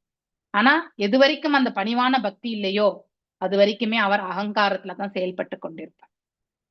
அது அவருடைய சுபாவத்திலேயே நம்மளால புரிஞ்சுக்க முடியும். ஏற்றுக்கொள்ள மாட்டாங்க இல்லையா? சோ தர்க்கம் பண்ணுவாங்க. இதெல்லாமே வந்து கண்டிப்பா நிகழக்கூடிய ஒன்றுதான். அதனால் இஸ்லோகத்தில் உள்ள ஸ்வதர்மனா என்பது பொருள் ஆன்மீக சக்தியினால். மேலும் அந்த இதுதான், அந்த வார்த்தை தான். சோ ஸ்வ தாம்னா அப்படின்னு சொன்னோம் இல்லையா, அங்க படிச்சோம் இல்லையா, அதே மாதிரிதான். ஸ்வதர்மனா அப்படின்னது ஆன்மீக சக்தியை பற்றி சொல்றது. ஆன்மீக மெய்யறிவு பகவானின் ஆன்மீக சக்தியின் கருணையாலேயே சாத்தியமாகும். அவரிடத்தில் இருக்கக்கூடிய அந்தரங்க சக்தியால மட்டும்தான். நாம கூட அந்த அந்தரங்க சக்தியினுடைய கால் பகுதி நம்ம கிட்ட இருக்கு இல்லையா? அதாவது அதுதான் ஜீவாத்மா ரூபத்துல நம்ம கிட்ட இருக்கிறது. உண்மையிலே ஜீவாத்மா வந்து சுதந்திரமானவன், கருணை உள்ளம் கொண்டவன். அவனுடைய குவாலிட்டிஸ் எல்லாமே இறைவனிடத்துல என்னென்ன குவாலிட்டிஸ் இருக்கோ அதெல்லாம் அவனுக்கு உண்டு. ஆனா நாம மாயை என்ன பண்ணோம், அதை ஓவர் ரூல் பண்ணி அதை வந்து வெளிப்படுத்தவே விடாது. அந்த அளவுக்கு வலிமையானது மாயை. அந்த மாயையால நம்ம எதனால இருக்க, மனசுதான் காரணம். இந்த மனசு வந்து ரொம்ப பவர்ஃபுல். அது சூக்ஷ்மமான நிலையில இருக்கிறது. எப்ப வேணாலும் எந்த தரப்புல வேணாலும் நம்மளை இழுத்துட்டு போயிடும் இல்லையா? அதனால நம்ம எப்பவுமே we need to protect ourselves from the மாயா. அதுக்கு நாம உணர்தல் இல்லையா? அதாவது நம்ம செய்யக்கூடிய பக்தி தொண்டுல வந்து உறுதி கொண்டு நம்பிக்கை கொண்டு நாம செயலாற்றணும். அவ்வாறு செயலாற்றும் போது நாம எப்பவுமே தவறிவிடணும். ரொம்ப முக்கியம். So sincere is very important. Serious and sincerity is ரொம்ப ரொம்ப ரொம்ப முக்கியம். ஹரே கிருஷ்ணா மகா மந்திரத்தை உச்சரிக்கும் பொழுது அதில் உள்ள ஹரே என்னும் முதல் வார்த்தை பகவானின் ஹரே ஆன்மீக ஆற்றலை வந்து குறிக்கிறது. அந்த ஆன்மீக ஆற்றல் யாரு? அதுலயுமே இருக்கக்கூடிய ஆன்மீக ஆற்றல் வந்து, அதாவது நித்யானந்த பிரபுன்னு சொல்லுவோம் நம்ம இல்லையா, கௌரங்கர்னா. அதே கிருஷ்ணரா இருந்தா நம்ம வந்து பலராமர் என்று சொல்வோம். அந்த ஆன்மீக ஆற்றல் 3 பாகங்களை கொண்டது இல்லையா? சம்வித், சாந்தினி மற்றும் ஹலாதினி. அந்த ஹலாதினி பொட்டன்சி தான் வந்து அதாவது ராதாராணி அப்படிங்கிறத வந்து நாம தெரிஞ்சுக்கணும். ஆன்மீக சக்தியானது ஒரு உயிர் முற்றிலும் சரணடைந்து நித்திய தொண்டனாக தனது நிலையினை ஏற்றுக்கொள்ளும் பொழுதே செயல்படுகிறது. சோ நாம சரணாகதி அடைஞ்சாதான் அந்த ஆன்மீக சக்தியே செயல்படுமா. எது வரைக்கும் நாம சரணாகதி அடையலையோ அது வரைக்கும் அந்த ஆன்மீக சக்தி செயல்படாது. சோ நமக்கு வாழ்க்கையில நிறைய ஆன்மீகத்துல தடை கற்கள் வருதுன்னா நம்ம எந்த இடத்துல மிஸ் பண்றோன்றத நாம நம்முடைய செயல்கள்ல நாம போய் பார்க்கணும். ரொம்ப முக்கியம். அதுதான் we should retrospect. சோ எங்கெல்லாம் தடை கற்கள் வருது, அது பூர்வ ஜென்ம கர்மங்களால வர்றது, அது வேற, தட் இஸ் டிஃபரெண்ட். அதை நம்ம கையில கிடையாது, அதை நம்ம பாஸ் பண்ணி தான் ஆகணும். ஆனா நாம ஆற்றக்கூடிய ஒவ்வொரு தொண்டிலுமே நிறைய தடை கற்கள் வரும்பொழுது நம்ம எந்த இடத்துலயோ நம்ம வந்து மிஸ் பண்றோம் அப்படிங்கிறத வந்து தெரியும். பாவத்துல மிஸ் பண்றோமா, இல்ல வந்து அதை புரிஞ்சு கொள்ளக்கூடிய விதத்துல மிஸ் பண்றோமா, அதை செயல்படுத்தும் விதத்துல மிஸ் பண்றோமா இல்லையா? செயல்படும் முறை என்னும் பொழுது நம்ம மன உணர்வு வந்து எவ்வாறு, நைவேத்தியம் எக்ஸாம்பிள் உங்களுக்கு நிறைய வாட்டி சொல்றேன். நைவேத்தியம் பண்ணும் பொழுது பகவானுக்கு வந்து உளமான அந்த மனசோட அந்த பாவத்தை கொண்டு செய்யணும். எதுவுமே இல்லாம மெக்கானிக்கலா வச்சோம்னா அது நைவேத்தியமே கிடையாது. அந்த பாவம் இஸ் மிஸ்ஸிங் தேர். அது ரொம்ப முக்கியம். அது நம்ம வேணும்னு செய்யறது கிடையாது, அது இம்மீடியட்டா நமக்கு வரல அப்படிங்கறதுதான் முக்கியம். அதனால அதை மீது நாம போக்கஸ் பண்ணணும், ரொம்ப முக்கியம். இப்ப நமக்கே யாராவது ஒருத்தர் வந்து எந்த ஒரு ரிலேஷன்ஷிப் இல்லாம எடுத்துட்டு வந்து உணவை வச்சுட்டு போயிட்டாங்கன்னா நம்ம அதை சாப்பிடும் போது நமக்கு அதுல அவ்வளவு ஈடுபாடு இருக்குமா இருக்காதா இல்லையா? இப்ப நம்ம ஹோட்டலுக்கே போறோம், அந்த சர்வர் வந்து மெக்கானிக்கலா நம்ம கிட்ட என்ன வேணும் ஓகே அப்படின்னு சொல்லிட்டு ஆர்டர் வரும் அப்படின்னு சொல்லிட்டு அவர் பாட்டுக்கு ஆர்டர் வந்த பிறகு அந்த பிளேட் எல்லாம் வச்சுட்டு போயிட்டா நமக்கு வந்து என்னடா இந்த ஹோட்டலுக்கு எதுக்கு வந்தோம் அப்படின்னு ஒரு ஃபீலிங் வருமா வராதா? அதே மாதிரிதான் பகவானுக்கு நைவேத்தியம் பண்ணும்பொழுது நாம உளமார்ந்த மனதோட நைவேத்தியம் பண்ணணும். அது நீங்க பத்திரம், புஷ்பம், பழம், தோயம் இந்த 4 மட்டுமே வச்சா கூட நாம அது உளமார்ந்து வரணும். பாவத்தை கொண்டு நாம செயல்படுத்தணும். அது ரொம்ப முக்கியம். அதுதான் நமக்கு நிறைய பேருக்கு மிஸ்ஸிங்க இல்லையா? சோ அதாவது ஒருவன் தன்னை பரமபுருஷ பகவானின் திட்டம் அல்லது கட்டளைக்கு ஒப்படைத்தான் என்றால், that means if you surrender yourself totally, அது சேவோன்முகே என்று அழைக்கப்படும். ஓகே, சோ அச்சமயம் ஆன்மீக சக்திக்கு படிப்படியாக பகவானை அவனுக்கு வெளிப்படுத்தும். படிப்படியாக பகவான் வந்து அவருக்கு வெளிப்படுத்துவார். சோ நெக்ஸ்ட் ஸ்டெப் நீ எப்படி ப்ரோக்ரஸ் பண்ணணும்ன்றது வந்து உள்ளுக்குள்ள சைத்த குருவா இருந்து பகவான் அவருக்கு வழி நடத்துவார். ஆன்மீக சக்தியினால் வெளிப்படுத்தப்படாத பொழுது சோ பகவானால் புகழ்வதற்குரிய பிரார்த்தனைகள் ஒருவனால் அர்ப்பணிக்க இயலாது, கண்டிப்பா இயலாது. இம்மை மனிதர்களின் தத்துவார்த்த யூகம் மற்றும் கவிதை உணர்ச்சி என்பது உலகியல் சக்தியின் செயல் மற்றும் எதிர் செயலாக இன்று வரை கருதப்படுகிறது. சோ இந்த ஆன்மீக சக்தியினால் வெளிப்படுத்தப்படாத பொழுது, if you are not in the divine transcendental modeல இல்லைன்னா நாம என்னதான் நாம வந்து பிரார்த்தனைகள் இதெல்லாம் செய்தாலுமே அது எல்லாமே வந்து பௌதீகத்தினுடைய அடிப்படையில, இம்மை மனிதர்களின் தத்துவார்த்த யுகம் அப்படின்னா பௌதீக நோக்கத்தோடு தான் நாம செய்யறோம்ன்றது வந்து நல்லா புரிய வந்துடும். சோ மேலும் அந்த செயல் மற்றும் எதிர் செயலாக ஆக்ஷன் அண்ட் ரியாக்ஷன் இன்று வரை வந்து கருதப்படுகிறது. அதனுடைய விளைவுகள் ஒருவன் உண்மையில் ஆன்மீக சக்தியினால் தூண்டப்படும் பொழுது இல்லையா, சோ உந்துதல் என்று வரும்பொழுது அவன் அனைத்து புலன்களும் தூய்மை அடைந்து அவன் பகவானின் பக்தி தொண்டில் மட்டுமே ஈடுபடுகிறான். சோ இந்த புலன்கள் எல்லாமே இறைவன் தொண்டாற்றுவதற்கு அவன் உபயோகப்படுத்துகிறான். அச்சமயம் அவனது கரங்கள், கால்கள், செவிகள், நோக்கம், மனம், புரியும் அனைத்து பாகங்களுமே இந்த 6 சென்சஸ் இல்லையா, வாச்சா வேகம், மனசா குரோத வேகம், ஜிவ்வா வேகம், உதரப்பிரஸ்த வேகம் இல்லையா, படிச்சிருக்கோம். அந்த 6 நிலைகளை பற்றி தான் இந்த இடத்துல வருது. அனைத்துமே வந்து பகவானின் தொண்டில் வந்து ஈடுபடுகின்றன இல்லையா. இவ்வாறு மெய்யறிவு பெற்ற பக்தரிடம் உலகியல் செயல்களோ அல்லது அவற்றில் ஈடுபடும் விருப்பமோ நிலைத்து இருக்காது. என்னதான் அவங்க வந்து பௌதீக செயல்களில் ஈடுபட்டிருந்தாலுமே அந்த பலன்களுக்காக அவர்கள் என்றைக்கும் விளைய மாட்டாங்க. பௌதீக செயல்களையுமே ஆன்மீக உணர்வு கொண்டு அவர்கள் செயல்படுத்துவார்கள். இவ்வாறு ஈடுபடுவதையே பக்தி அல்லது பக்தி தொண்டு என்கின்றோம். சோ மேலும் ஆரம்பத்தில் புலன்கள் ஆன்மீக குரு மற்றும் சாத்திரங்கள் கட்டளை கேள்ப, அதாவது வைதி பக்தி இல்லையா. உணர்தலுக்கு பின்னர் ராகானுகா பக்திக்கு பின்னர் அதே புலன்கள் தூய்மை அடையும் பொழுது ஈடுபாடு என்பது தொடர்கிறது. ராகானுகா பக்திக்கு வரும். இதில் வேறுபாடு என்னவென்றால் புலன்கள் ஆரம்பத்தில் இயந்திரமானதாக ஈடுபடுகின்றன, மிஷின் மாதிரிதான் வேலை செய்யும். உணர்வு பெற்ற பிறகு அது பாவத்தை கொண்டு செயல்படும். அவ்வளவுதான், ஆன்மீக ஒரு உணர்வில் ஈடுபடுகின்றன. நான் இன்றைக்கு இதோட நிறுத்துறேன். வாஞ்சகல்பதாருभ्यश्च कृपा सिन्धुभ्यः एव च पतितानां पावनेभ्यो वैष्णवेभ्यो नमो नमः। अनंत कोटि वैष्णव वृंद की जय। नामाचार्य हरिदास ठाकुर की जय।